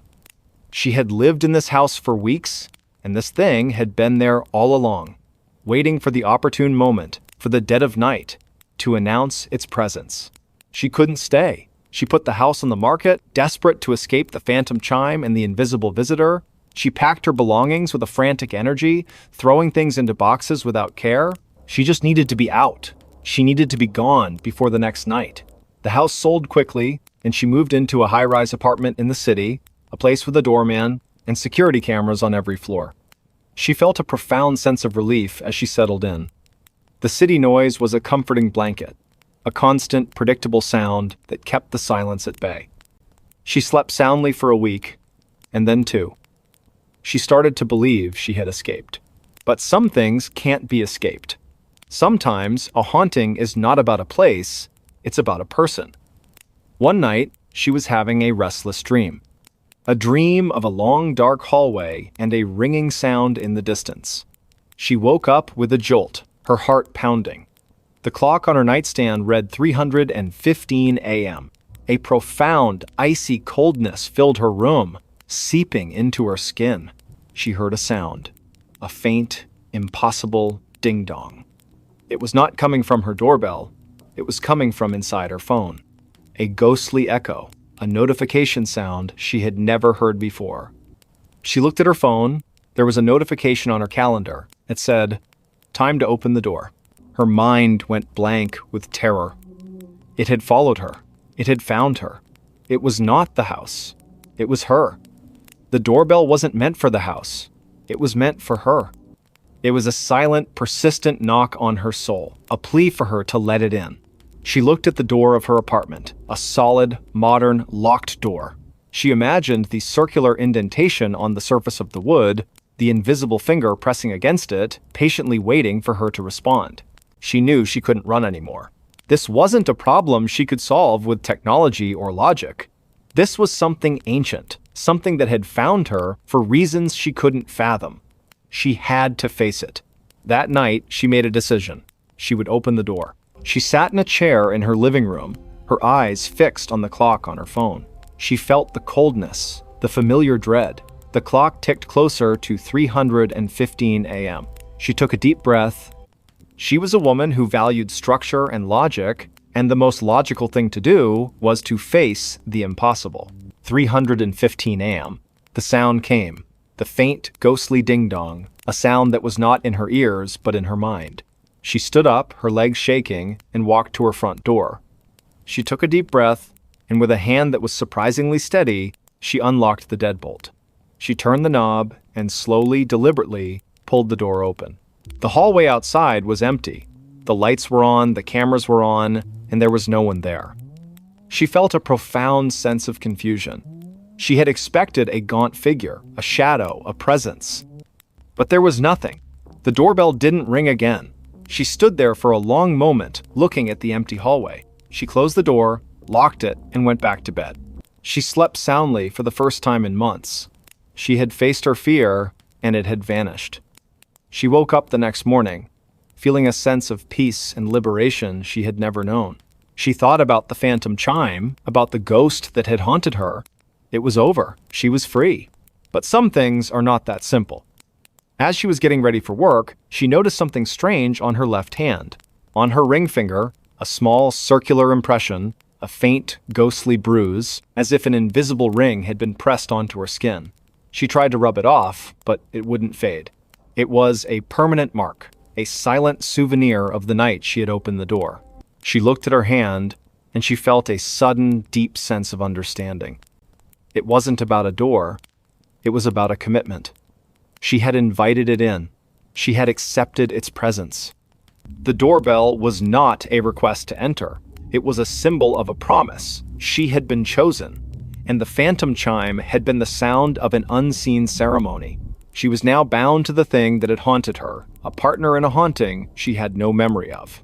And sometimes, when she's alone and the city is quiet, she looks at her hand, at the faint, circular bruise, and she hears it. A soft, gentle knock. A knock that is not a chime, but a promise. A knock that has followed her and will continue to follow her for the rest of her life. She is not just a homeowner anymore, she is a bride to a ghost. And the phantom chime was the sound of her wedding bells. Why his bedroom window was always unlocked in the morning. The apartment on the third floor of a pre-war brownstone in Brooklyn was a classic New York City find. High ceilings, hardwood floors that groaned with every step, and large windows that looked out onto a quiet, tree-lined street. For Ethan, a young architect, it was a dream. He had moved there for the space and the light, a welcome change from the cramped studio he had occupied for years. He meticulously arranged his furniture, set up his drafting table by the window, and settled into a life of predictable, quiet solitude. The first strange occurrence was so subtle he almost missed it. He was a creature of habit, and his morning ritual never varied. He would wake up, get a cup of coffee, and then go to his bedroom window to look at the street below. One morning, as he opened the blinds, he noticed his window was unlocked. He distinctly remembered locking it the night before. He was a stickler for security, a habit ingrained from years of city living. He shook his head, thinking he must have been tired, and locked it again. It happened the next day, and the day after that. Every morning, without fail, the window would be unlocked. He started to take it more seriously. He would double-check the lock before getting into bed. He would even take a picture of it with his phone, the lock firmly in place, the brass bolt slid securely into the frame. In the morning, he would check the photo and then look at the window. The photo would show the window locked, the window would be unlocked. He couldn't explain it. He was a rational man, a man who believed in cause and effect. He considered every possibility. Was it a draft? A faulty lock? He took the lock apart, cleaned it, and reassembled it. It worked perfectly. He even installed a secondary lock, a simple latch at the top of the window frame. He would lock both of them, and in the morning, both would be unlocked. It was a maddening, impossible reality. The feeling of dread began to seep into his life. He was no longer just annoyed, he was terrified. Someone or something was in his room every night. He couldn't shake the image of a gaunt, shadowy figure standing by his bed watching him sleep. He had no proof, no other evidence of an intrusion. The apartment was pristine in the morning. Nothing moved, nothing missing, just the open window. He bought a motion-activated camera, a small, discreet one that he placed on his dresser, pointing directly at the window. He was so nervous that night he barely slept, waking up at every creak of the floorboards. In the morning, he checked the camera. The video showed him getting into bed, the room falling silent. He fast-forwarded through the footage, watching himself sleeping peacefully. Then, at 2:47 a.m., he saw it. The camera's red light flickered on, the window was in the frame, and he saw, with a gut-wrenching certainty, the lock on the top latch slowly, silently slide out of place. A moment later, the main lock followed, the brass bolt retracting with an almost imperceptible click. The window itself did not move. It was as if an invisible hand had reached out and unlocked it. He watched, his heart pounding as the video continued. Nothing else happened. The room was still. The camera's light turned off and the video ended a few seconds later. Ethan's mind was a whirlwind of fear and disbelief. He had proof. There was a presence in his room, an entity that was not human that was unlocking his window every night. But why? What did it want? He looked at the video again, searching for any other sign, any other clue, but there was nothing. The room was a tableau of perfect silence and stillness. Just a window, unlocking itself. He couldn't stay in the apartment anymore. The feeling of being watched, of being vulnerable to an invisible intruder, was too much to bear. He called his landlord, told him he was breaking his lease, and began packing his belongings. He didn't tell his friends or family why. He didn't want to sound crazy. How could he explain that he was leaving his dream apartment because a ghost was unlocking his window? He found a new place, a modern high-rise in a different part of the city. The windows were new, made of reinforced glass, and the locks were mechanical marvels. He felt a sense of relief as he settled in, a feeling of security that he hadn't known in weeks. He meticulously checked every lock, every evening, before he went to bed. He was determined to leave the terror behind. The first week was peaceful. He slept soundly, his dreams free of shadows and fear. He started to believe it was over, that he had finally escaped whatever had haunted him. But then, one morning, he woke up and noticed something strange. A faint, almost imperceptible film of dust on his nightstand. He wiped it away, thinking nothing of it. The next morning, it was there again. And the morning after that, it was as if someone had run a single ghostly finger over the surface of the wood. Then, he found something in his bed. A small, black feather. It was impossibly thin, almost like a piece of ash, and it was nestled in his sheets, right by his pillow. He picked it up, his hand trembling. It didn't look like any feather he had ever seen. It was a cold, alien object. He was losing his mind. He was trying to find a rational explanation for irrational events. He was back in the same cycle of fear, the same cycle of disbelief. He went to the old apartment. The window was locked, just as he had left it. He looked up at his old room, at the large, beautiful window, a window that had become a source of profound terror. He wondered if his replacement had noticed the unlocked window in the morning. He decided to do more research. He went to the local historical society, a musty old building filled with the memories of the city. He looked through old records of his brownstone, tracing its history back to the 1800s.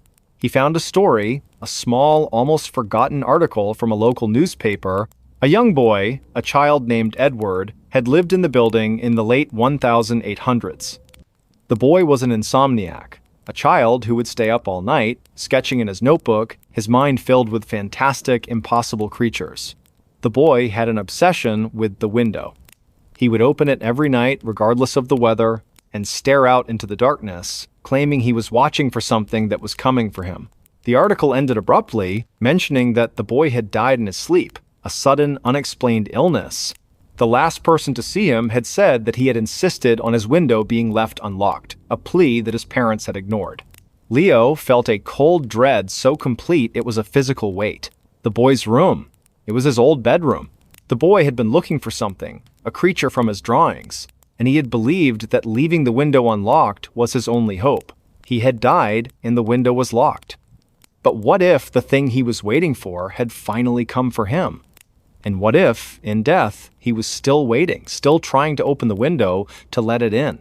He went home, his mind a feverish blur of fear and understanding. He looked at his modern, secure windows. He had left the old apartment, but the memory, the terror, the presence had followed him. He didn't sleep that night. He sat in a chair, watching the sunrise, a cold, hard knot of fear in his stomach. The next morning, he went to his bedroom, his heart pounding in his chest. He looked at the window. It was closed. He looked at the lock. It was locked. He felt a profound sense of relief. But then he saw it. A single, small, black feather on the windowsill. The same cold, impossible feather he had found in his bed. It wasn't just his old apartment that was haunted. He was. The entity, the thing Edward had been waiting for, had found him. It wasn't coming in through the window. It was already in. He called a locksmith, a friend of his who specialized in antique locks. He had a strange request. He wanted him to install an old, complicated, beautiful lock on his modern window. He wanted a lock that would be a challenge, a lock that would require skill and care to open. His friend, curious, asked him why. Leo just said he had a fascination with old mechanisms. The lock was installed. It was a beautiful piece of craftsmanship, a brass lock with a complex series of tumblers and bolts. It was a statement, a challenge to the invisible intruder. He went to bed that night, a single black feather on his bedside table, a silent promise. He wasn't going to run anymore. He woke up with a start. The clock on his nightstand read 2:47 a.m. He looked at the window. It was still locked. He looked at his nightstand. The feather was gone. He felt a deep, profound sense of terror. It was no longer a game of unlocking windows. It was a game of possession. The entity was in his home, in his life, and it was moving his things, taunting him. The terror was no longer a silent presence. It was an active force. He spent the next few months living in a constant state of fear. He would come home to find objects moved, his keys on a different hook, his books in a different order. He would find these small black feathers in the most impossible places, in his coffee mug, in his shoe, in his pocket.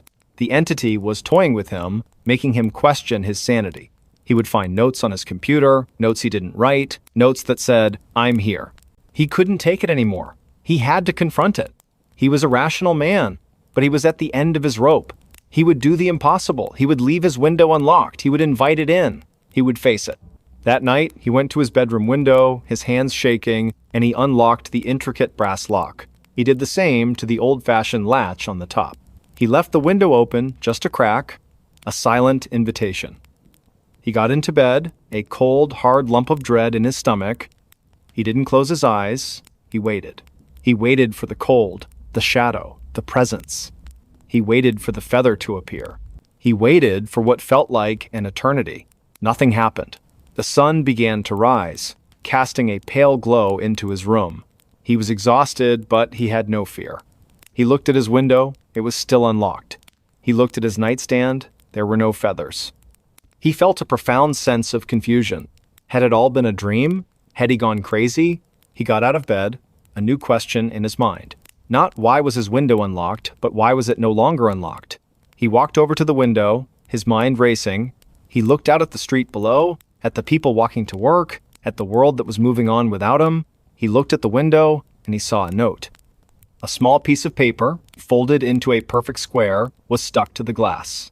He opened the window and grabbed the note. It said, "It's too late. I'm already inside." He didn't run. He just stood there, the note in his hand, looking at his reflection in the glass. He saw a man who had lost his mind, a man who had invited a ghost into his home. He looked at his reflection, and he saw a single, small, black feather in his hair. He looked at the note in his hand, and he felt a single, slow knock on the back of his head. A knock that he knew was not the wind, not a neighbor, not the house settling. It was the last goodbye. It was the last time he would ever feel alone.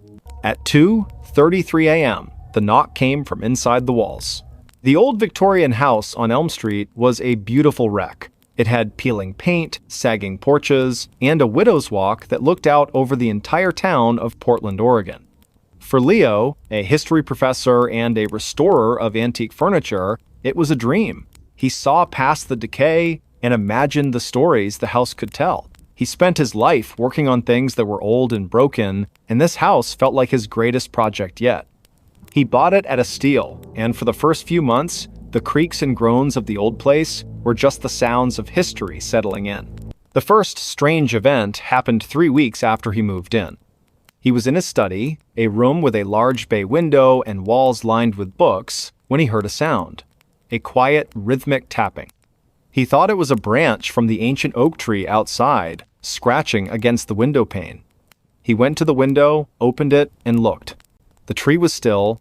The tapping stopped. He shrugged it off as a house noise and went back to his desk. The next night, it was louder. He was in the kitchen making tea when the tapping began again. It seemed to be coming from the wall behind the stove. He pressed his ear against the cold plaster. The sound was faint, but clear. It was a single, gentle knock. Knock. Then, a pause. Knock. He pulled back, a cold shiver running down his spine. It was a human sound, not a settling beam or a scurrying animal. It was too deliberate, too rhythmic. He told himself it was a neighbor, a prank, or maybe a pipe. But the knocking was too precise, too isolated to be a plumbing issue. He He walked around the kitchen, tapping on different spots on the wall, trying to find the source. The knocking didn't respond, it simply stopped. The pattern became terrifyingly predictable. Every night, at precisely 2:33 a.m., the knocking would start. Sometimes it was faint, a gentle whisper from within the walls. Other times it was so loud it sounded like someone was trying to break through. It was always a single knock, followed by a pause, and then another single knock. It was a quiet, relentless, unsettling rhythm. He started keeping a journal. He would write down the time the knocking started, the duration, and its intensity. He'd write about the feeling it gave him, a deep, visceral dread. He began to anticipate it, his body tensing as the clock ticked past 2:30 a.m. He'd sit up in bed, his heart pounding, his eyes fixed on the walls, waiting for the sound that would tell him he was not alone. He tried to reason with himself. He was a man of science, a man who dealt in facts and logic. He brought in a contractor, an old man named Bill, who had worked on houses in the area for decades. Bill went from room to room, tapping on the walls, checking for loose plaster or water damage. He found nothing. "Old houses just make noises, son," he'd said with a shrug. But the look in his eyes told a different story. It was a look of weary recognition, a look that said he had seen things he couldn't explain. Leo couldn't escape it. The knocking became his personal clock. He'd fall into a deep sleep, only to be jolted awake by a sudden, sharp rap from within the walls. He started spending his nights in the living room, in a chair in the middle of the floor, far away from any walls. But even there, he could hear it. The sound would travel through the floorboards, through the air, finding him no matter where he was. It was a sound meant for him. He began researching the house's history. He went to the city archives, poring over old blueprints and property records. He found a strange note in the original deeds, a clause that mentioned a sealed-off room, a small 5-by-5-foot space between the pantry and the laundry room. It had been sealed up for reasons unknown, and the original owner had insisted it never be opened. The pantry and the laundry room, Leo's heart pounded in his chest. The knocking came from the wall that separated those two rooms. He felt a profound sense of dread. There was something in there, something that wanted out. He went to the laundry room, his flashlight in hand. He shined the light on the wall where the knocking was loudest. The wall was a seamless expanse of plaster. There were no cracks, no lines to indicate a hidden door, but as he ran his hand over the surface, he felt a faint, cold spot, a patch of wall that was colder than the rest. He pressed his ear against it. Nothing. The knocking would only come at 2:33 a.m. He waited for the clock to strike the appointed hour. He sat in the laundry room, his back against the opposite wall, his eyes fixed on the cold spot. He felt a deep sense of wrongness, of a hidden history screaming to be heard. The clock ticked closer. He held his breath. 2:32 a.m. The air grew heavy. The silence in the house was absolute. Even the gentle hum of the refrigerator in the kitchen faded into nothingness. 2:33 a.m. He heard it. A single, sharp knock. It came from the cold spot on the wall. It was not a gentle tap this time. It was a desperate, pleading sound, a voice without a mouth, trying to get his attention. Knock. Another one. Louder. Knock. He couldn't take it anymore. The mystery, the fear, the relentless rhythm had broken him. He went to his shed, grabbed a hammer, and returned to the laundry room. He didn't care about the history, the property value, or the original deeds. He just needed to know. He needed to make it stop. He took a deep breath, raised the hammer, and swung. The hammer hit the plaster with a dull thud. A small crack appeared. He swung again and again, the plaster shattering, revealing the lath and plaster beneath. He kept hitting, tearing the wall apart, until he hit a piece of wood. It was an old piece of wood, but it was solid. He hammered away at it, his arms aching, his mind a feverish blur of fear and determination. He kept going, until he had torn a hole big enough to see inside. He shined his flashlight into the darkness. The space was a small, dusty closet. There was a single small chair in the middle of the room. On the seat of the chair, sitting perfectly still, was a doll. It was a little boy doll, dressed in old-fashioned clothes, with porcelain skin and painted blue eyes. The doll was sitting in a pose that was eerily human. And on the floor next to the chair, there was a single small piece of paper. He reached in, his hand shaking, and pulled it out. It was a note, written in a child's shaky hand. It said, "I want to play." And mescrew, Leo dropped the paper and the flashlight. He stumbled back, his breath coming in ragged gasps. The knocking stopped. The silence returned. It wasn't the silence of peace, but the silence of a predator who had found its prey. He had opened the door. He had let it out. He sold the house a month later. He didn't tell the new buyers about the hole in the wall, the sealed-off room, or the doll he had found. He couldn't. Who would believe him?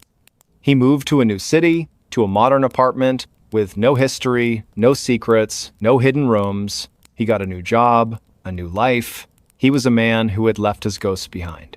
But some things can't be left behind. Sometimes, at night, when the city is quiet and the moon shines through his window, he wakes up. His heart pounds, a cold chill running through his veins. He looks at the clock on his phone. 2:33 a.m. He looks at the wall of his new, modern, perfectly sealed apartment, and he waits, and he listens. And sometimes, just sometimes, he hears a single, gentle knock. A knock that he knows is not a pipe, not a neighbor, not the house settling. It is a knock that has followed him across a country, a knock that has found him in the quiet of the night, a knock that has come from inside the walls. And he knows with a terrifying certainty that he is not alone, and that he will never be. The quiet, relentless terror of the knocking continued to haunt him even in his new life. It was a mental tic, a phantom limb of fear that would never go away. He would wake up in a cold sweat, his heart hammering against his ribs, convinced he could hear it from the very core of his modern apartment building. His new life was a facade, a carefully constructed illusion of normalcy. He would go to work, talk to his colleagues, and eat dinner with new friends, but underneath it all, a part of him was always listening. He would find himself staring at blank walls, wondering if he could see the faintest of shadows moving behind the paint. He tried to fight back. He went to a therapist, a kind woman who listened to his story with a compassionate but skeptical ear. She suggested it was a manifestation of trauma, a psychological echo of the fear he had experienced. He went on medication, hoping to dull the edges of his anxiety. He tried meditation and mindfulness, anything to quiet the ceaseless, terrifying voice in his head. But the knocking was not in his head. It was a memory, a reality, a thing that had become a part of him. One night, he was out with friends. They were laughing, telling stories, and he felt a brief moment of freedom. He looked at his watch, 2:32 a.m. He felt the familiar rush of adrenaline, the icy chill. He excused himself, went to the bathroom, and splashed cold water on his face. He looked at his reflection in the mirror. His eyes were wide, and his face was gaunt, the face of a man who had not known a moment of true peace in months. He returned to the table, but he couldn't stop looking at his phone. 2:33 a.m. He felt the vibration first, a faint tremor, as if someone had just tapped the glass of his phone. He looked down at the screen.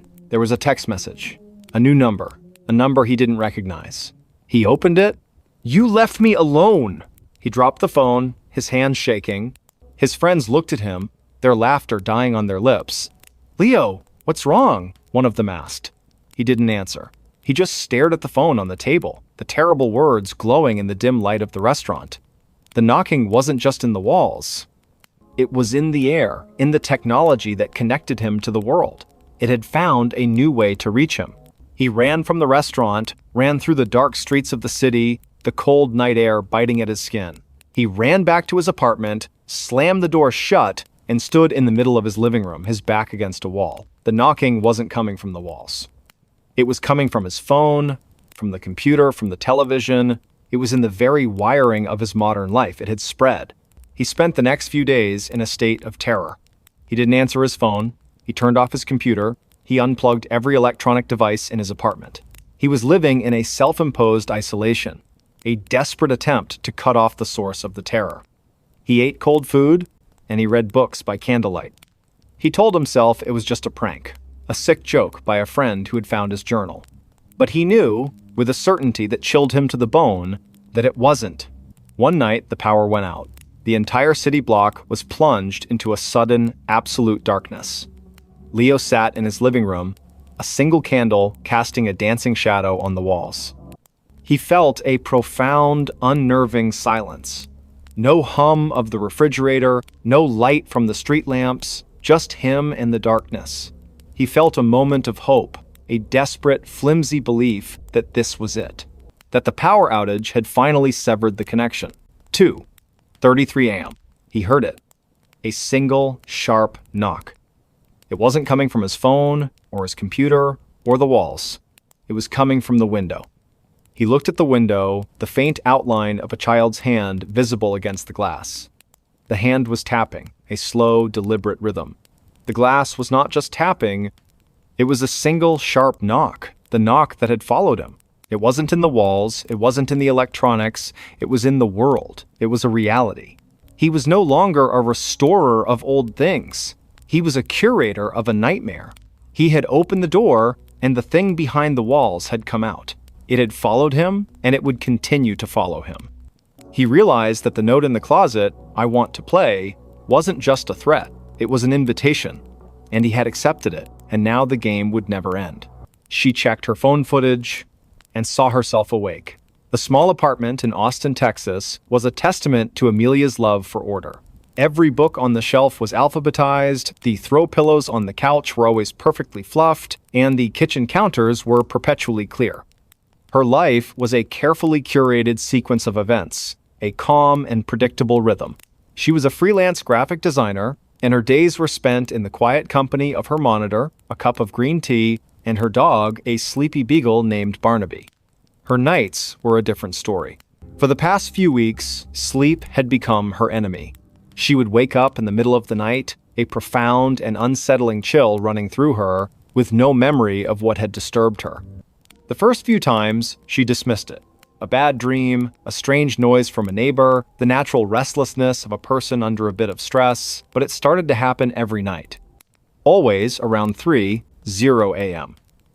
She would sit up in bed, wide awake, her heart pounding, her mind a blank slate. The strange awakenings started to take their toll. She was perpetually exhausted, her focus at work was suffering, and the lines of her carefully ordered life were beginning to blur.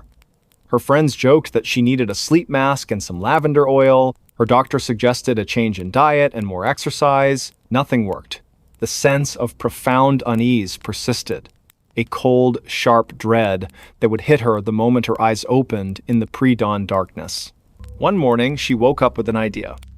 It was born of desperation and a need for proof. She would record herself sleeping. It was a simple solution. She would set up her phone on a small tripod at the foot of her bed, start the video recording, and in the morning, she would have her answers. Maybe she snored. Maybe she thrashed around in her sleep. Maybe a neighbor's loud music was the culprit.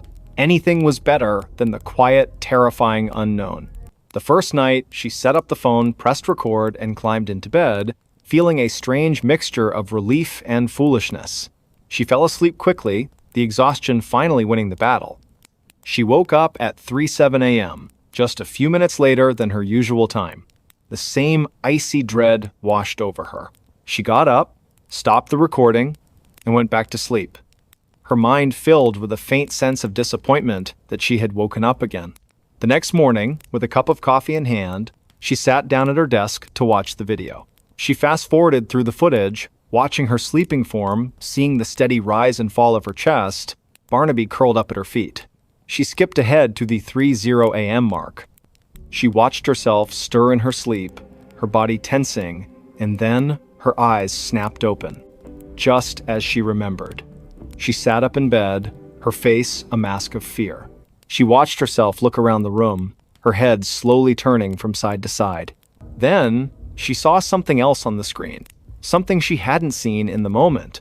In the background of the shot, just by the open closet door, a shadow seemed to deepen. It was an unnatural movement, a thickening of the darkness. It was slow and deliberate, like someone stepping out from the shadows. She froze, a cold shiver racing down her spine. The figure was gaunt, tall, and dressed in a long dark coat.